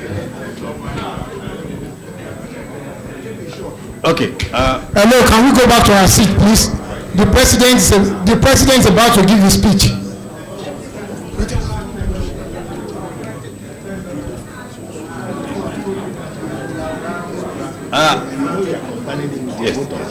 Yes. We will make this snappy because we've had a long day. Thank you very much. I'd like to start by accepting my election as the president of GOCOP. I want to thank everybody. Hello, can we go back to our seat, please? I want to thank you all. Can we go back to our seat? As the president of GOCOP. This is a responsibility I take very seriously, and I know that you shall come first. The members of GOCOP will be our priority. Your welfare, the welfare of your platforms, and the collaboration with other professional bodies will be our priority. We shall ensure proper training and all of that, so that our members shall begin to to collaborate to ensure that this gets to higher level. And on this note, I want to thank you all for the vote you have cast for me, and I also want to use the opportunity to round up by giving the vote of thanks for those who have come. To the chairman, we are very grateful. To our keynote speaker, we are very, very grateful. And to Minister Ogalai, we are very, very grateful. Our chairman, board of trustees, we are very, very grateful. Our big commissioner, we appreciate you. Thank you very much. To all of you who came from far and near, we welcome you and we thank you very much for making this occasion, and we pray that the Almighty God will take you back to your respective destinations safely. Thank you very much.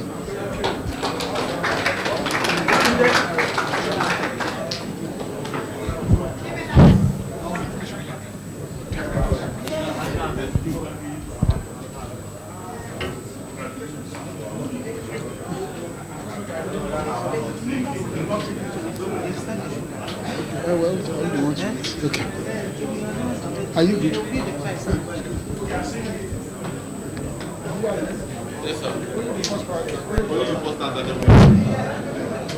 Okay. Distinguished ladies and gentlemen, we have come to the end of the 9th annual conference of the Guild of Corporate Online Publishers. To officially declare the event closed, let us rise for the national anthem. The first stanza alone has been taught today. Nigeria, be healthy, our own dear native land. Good violence on Nigeria, in brotherhood we stand.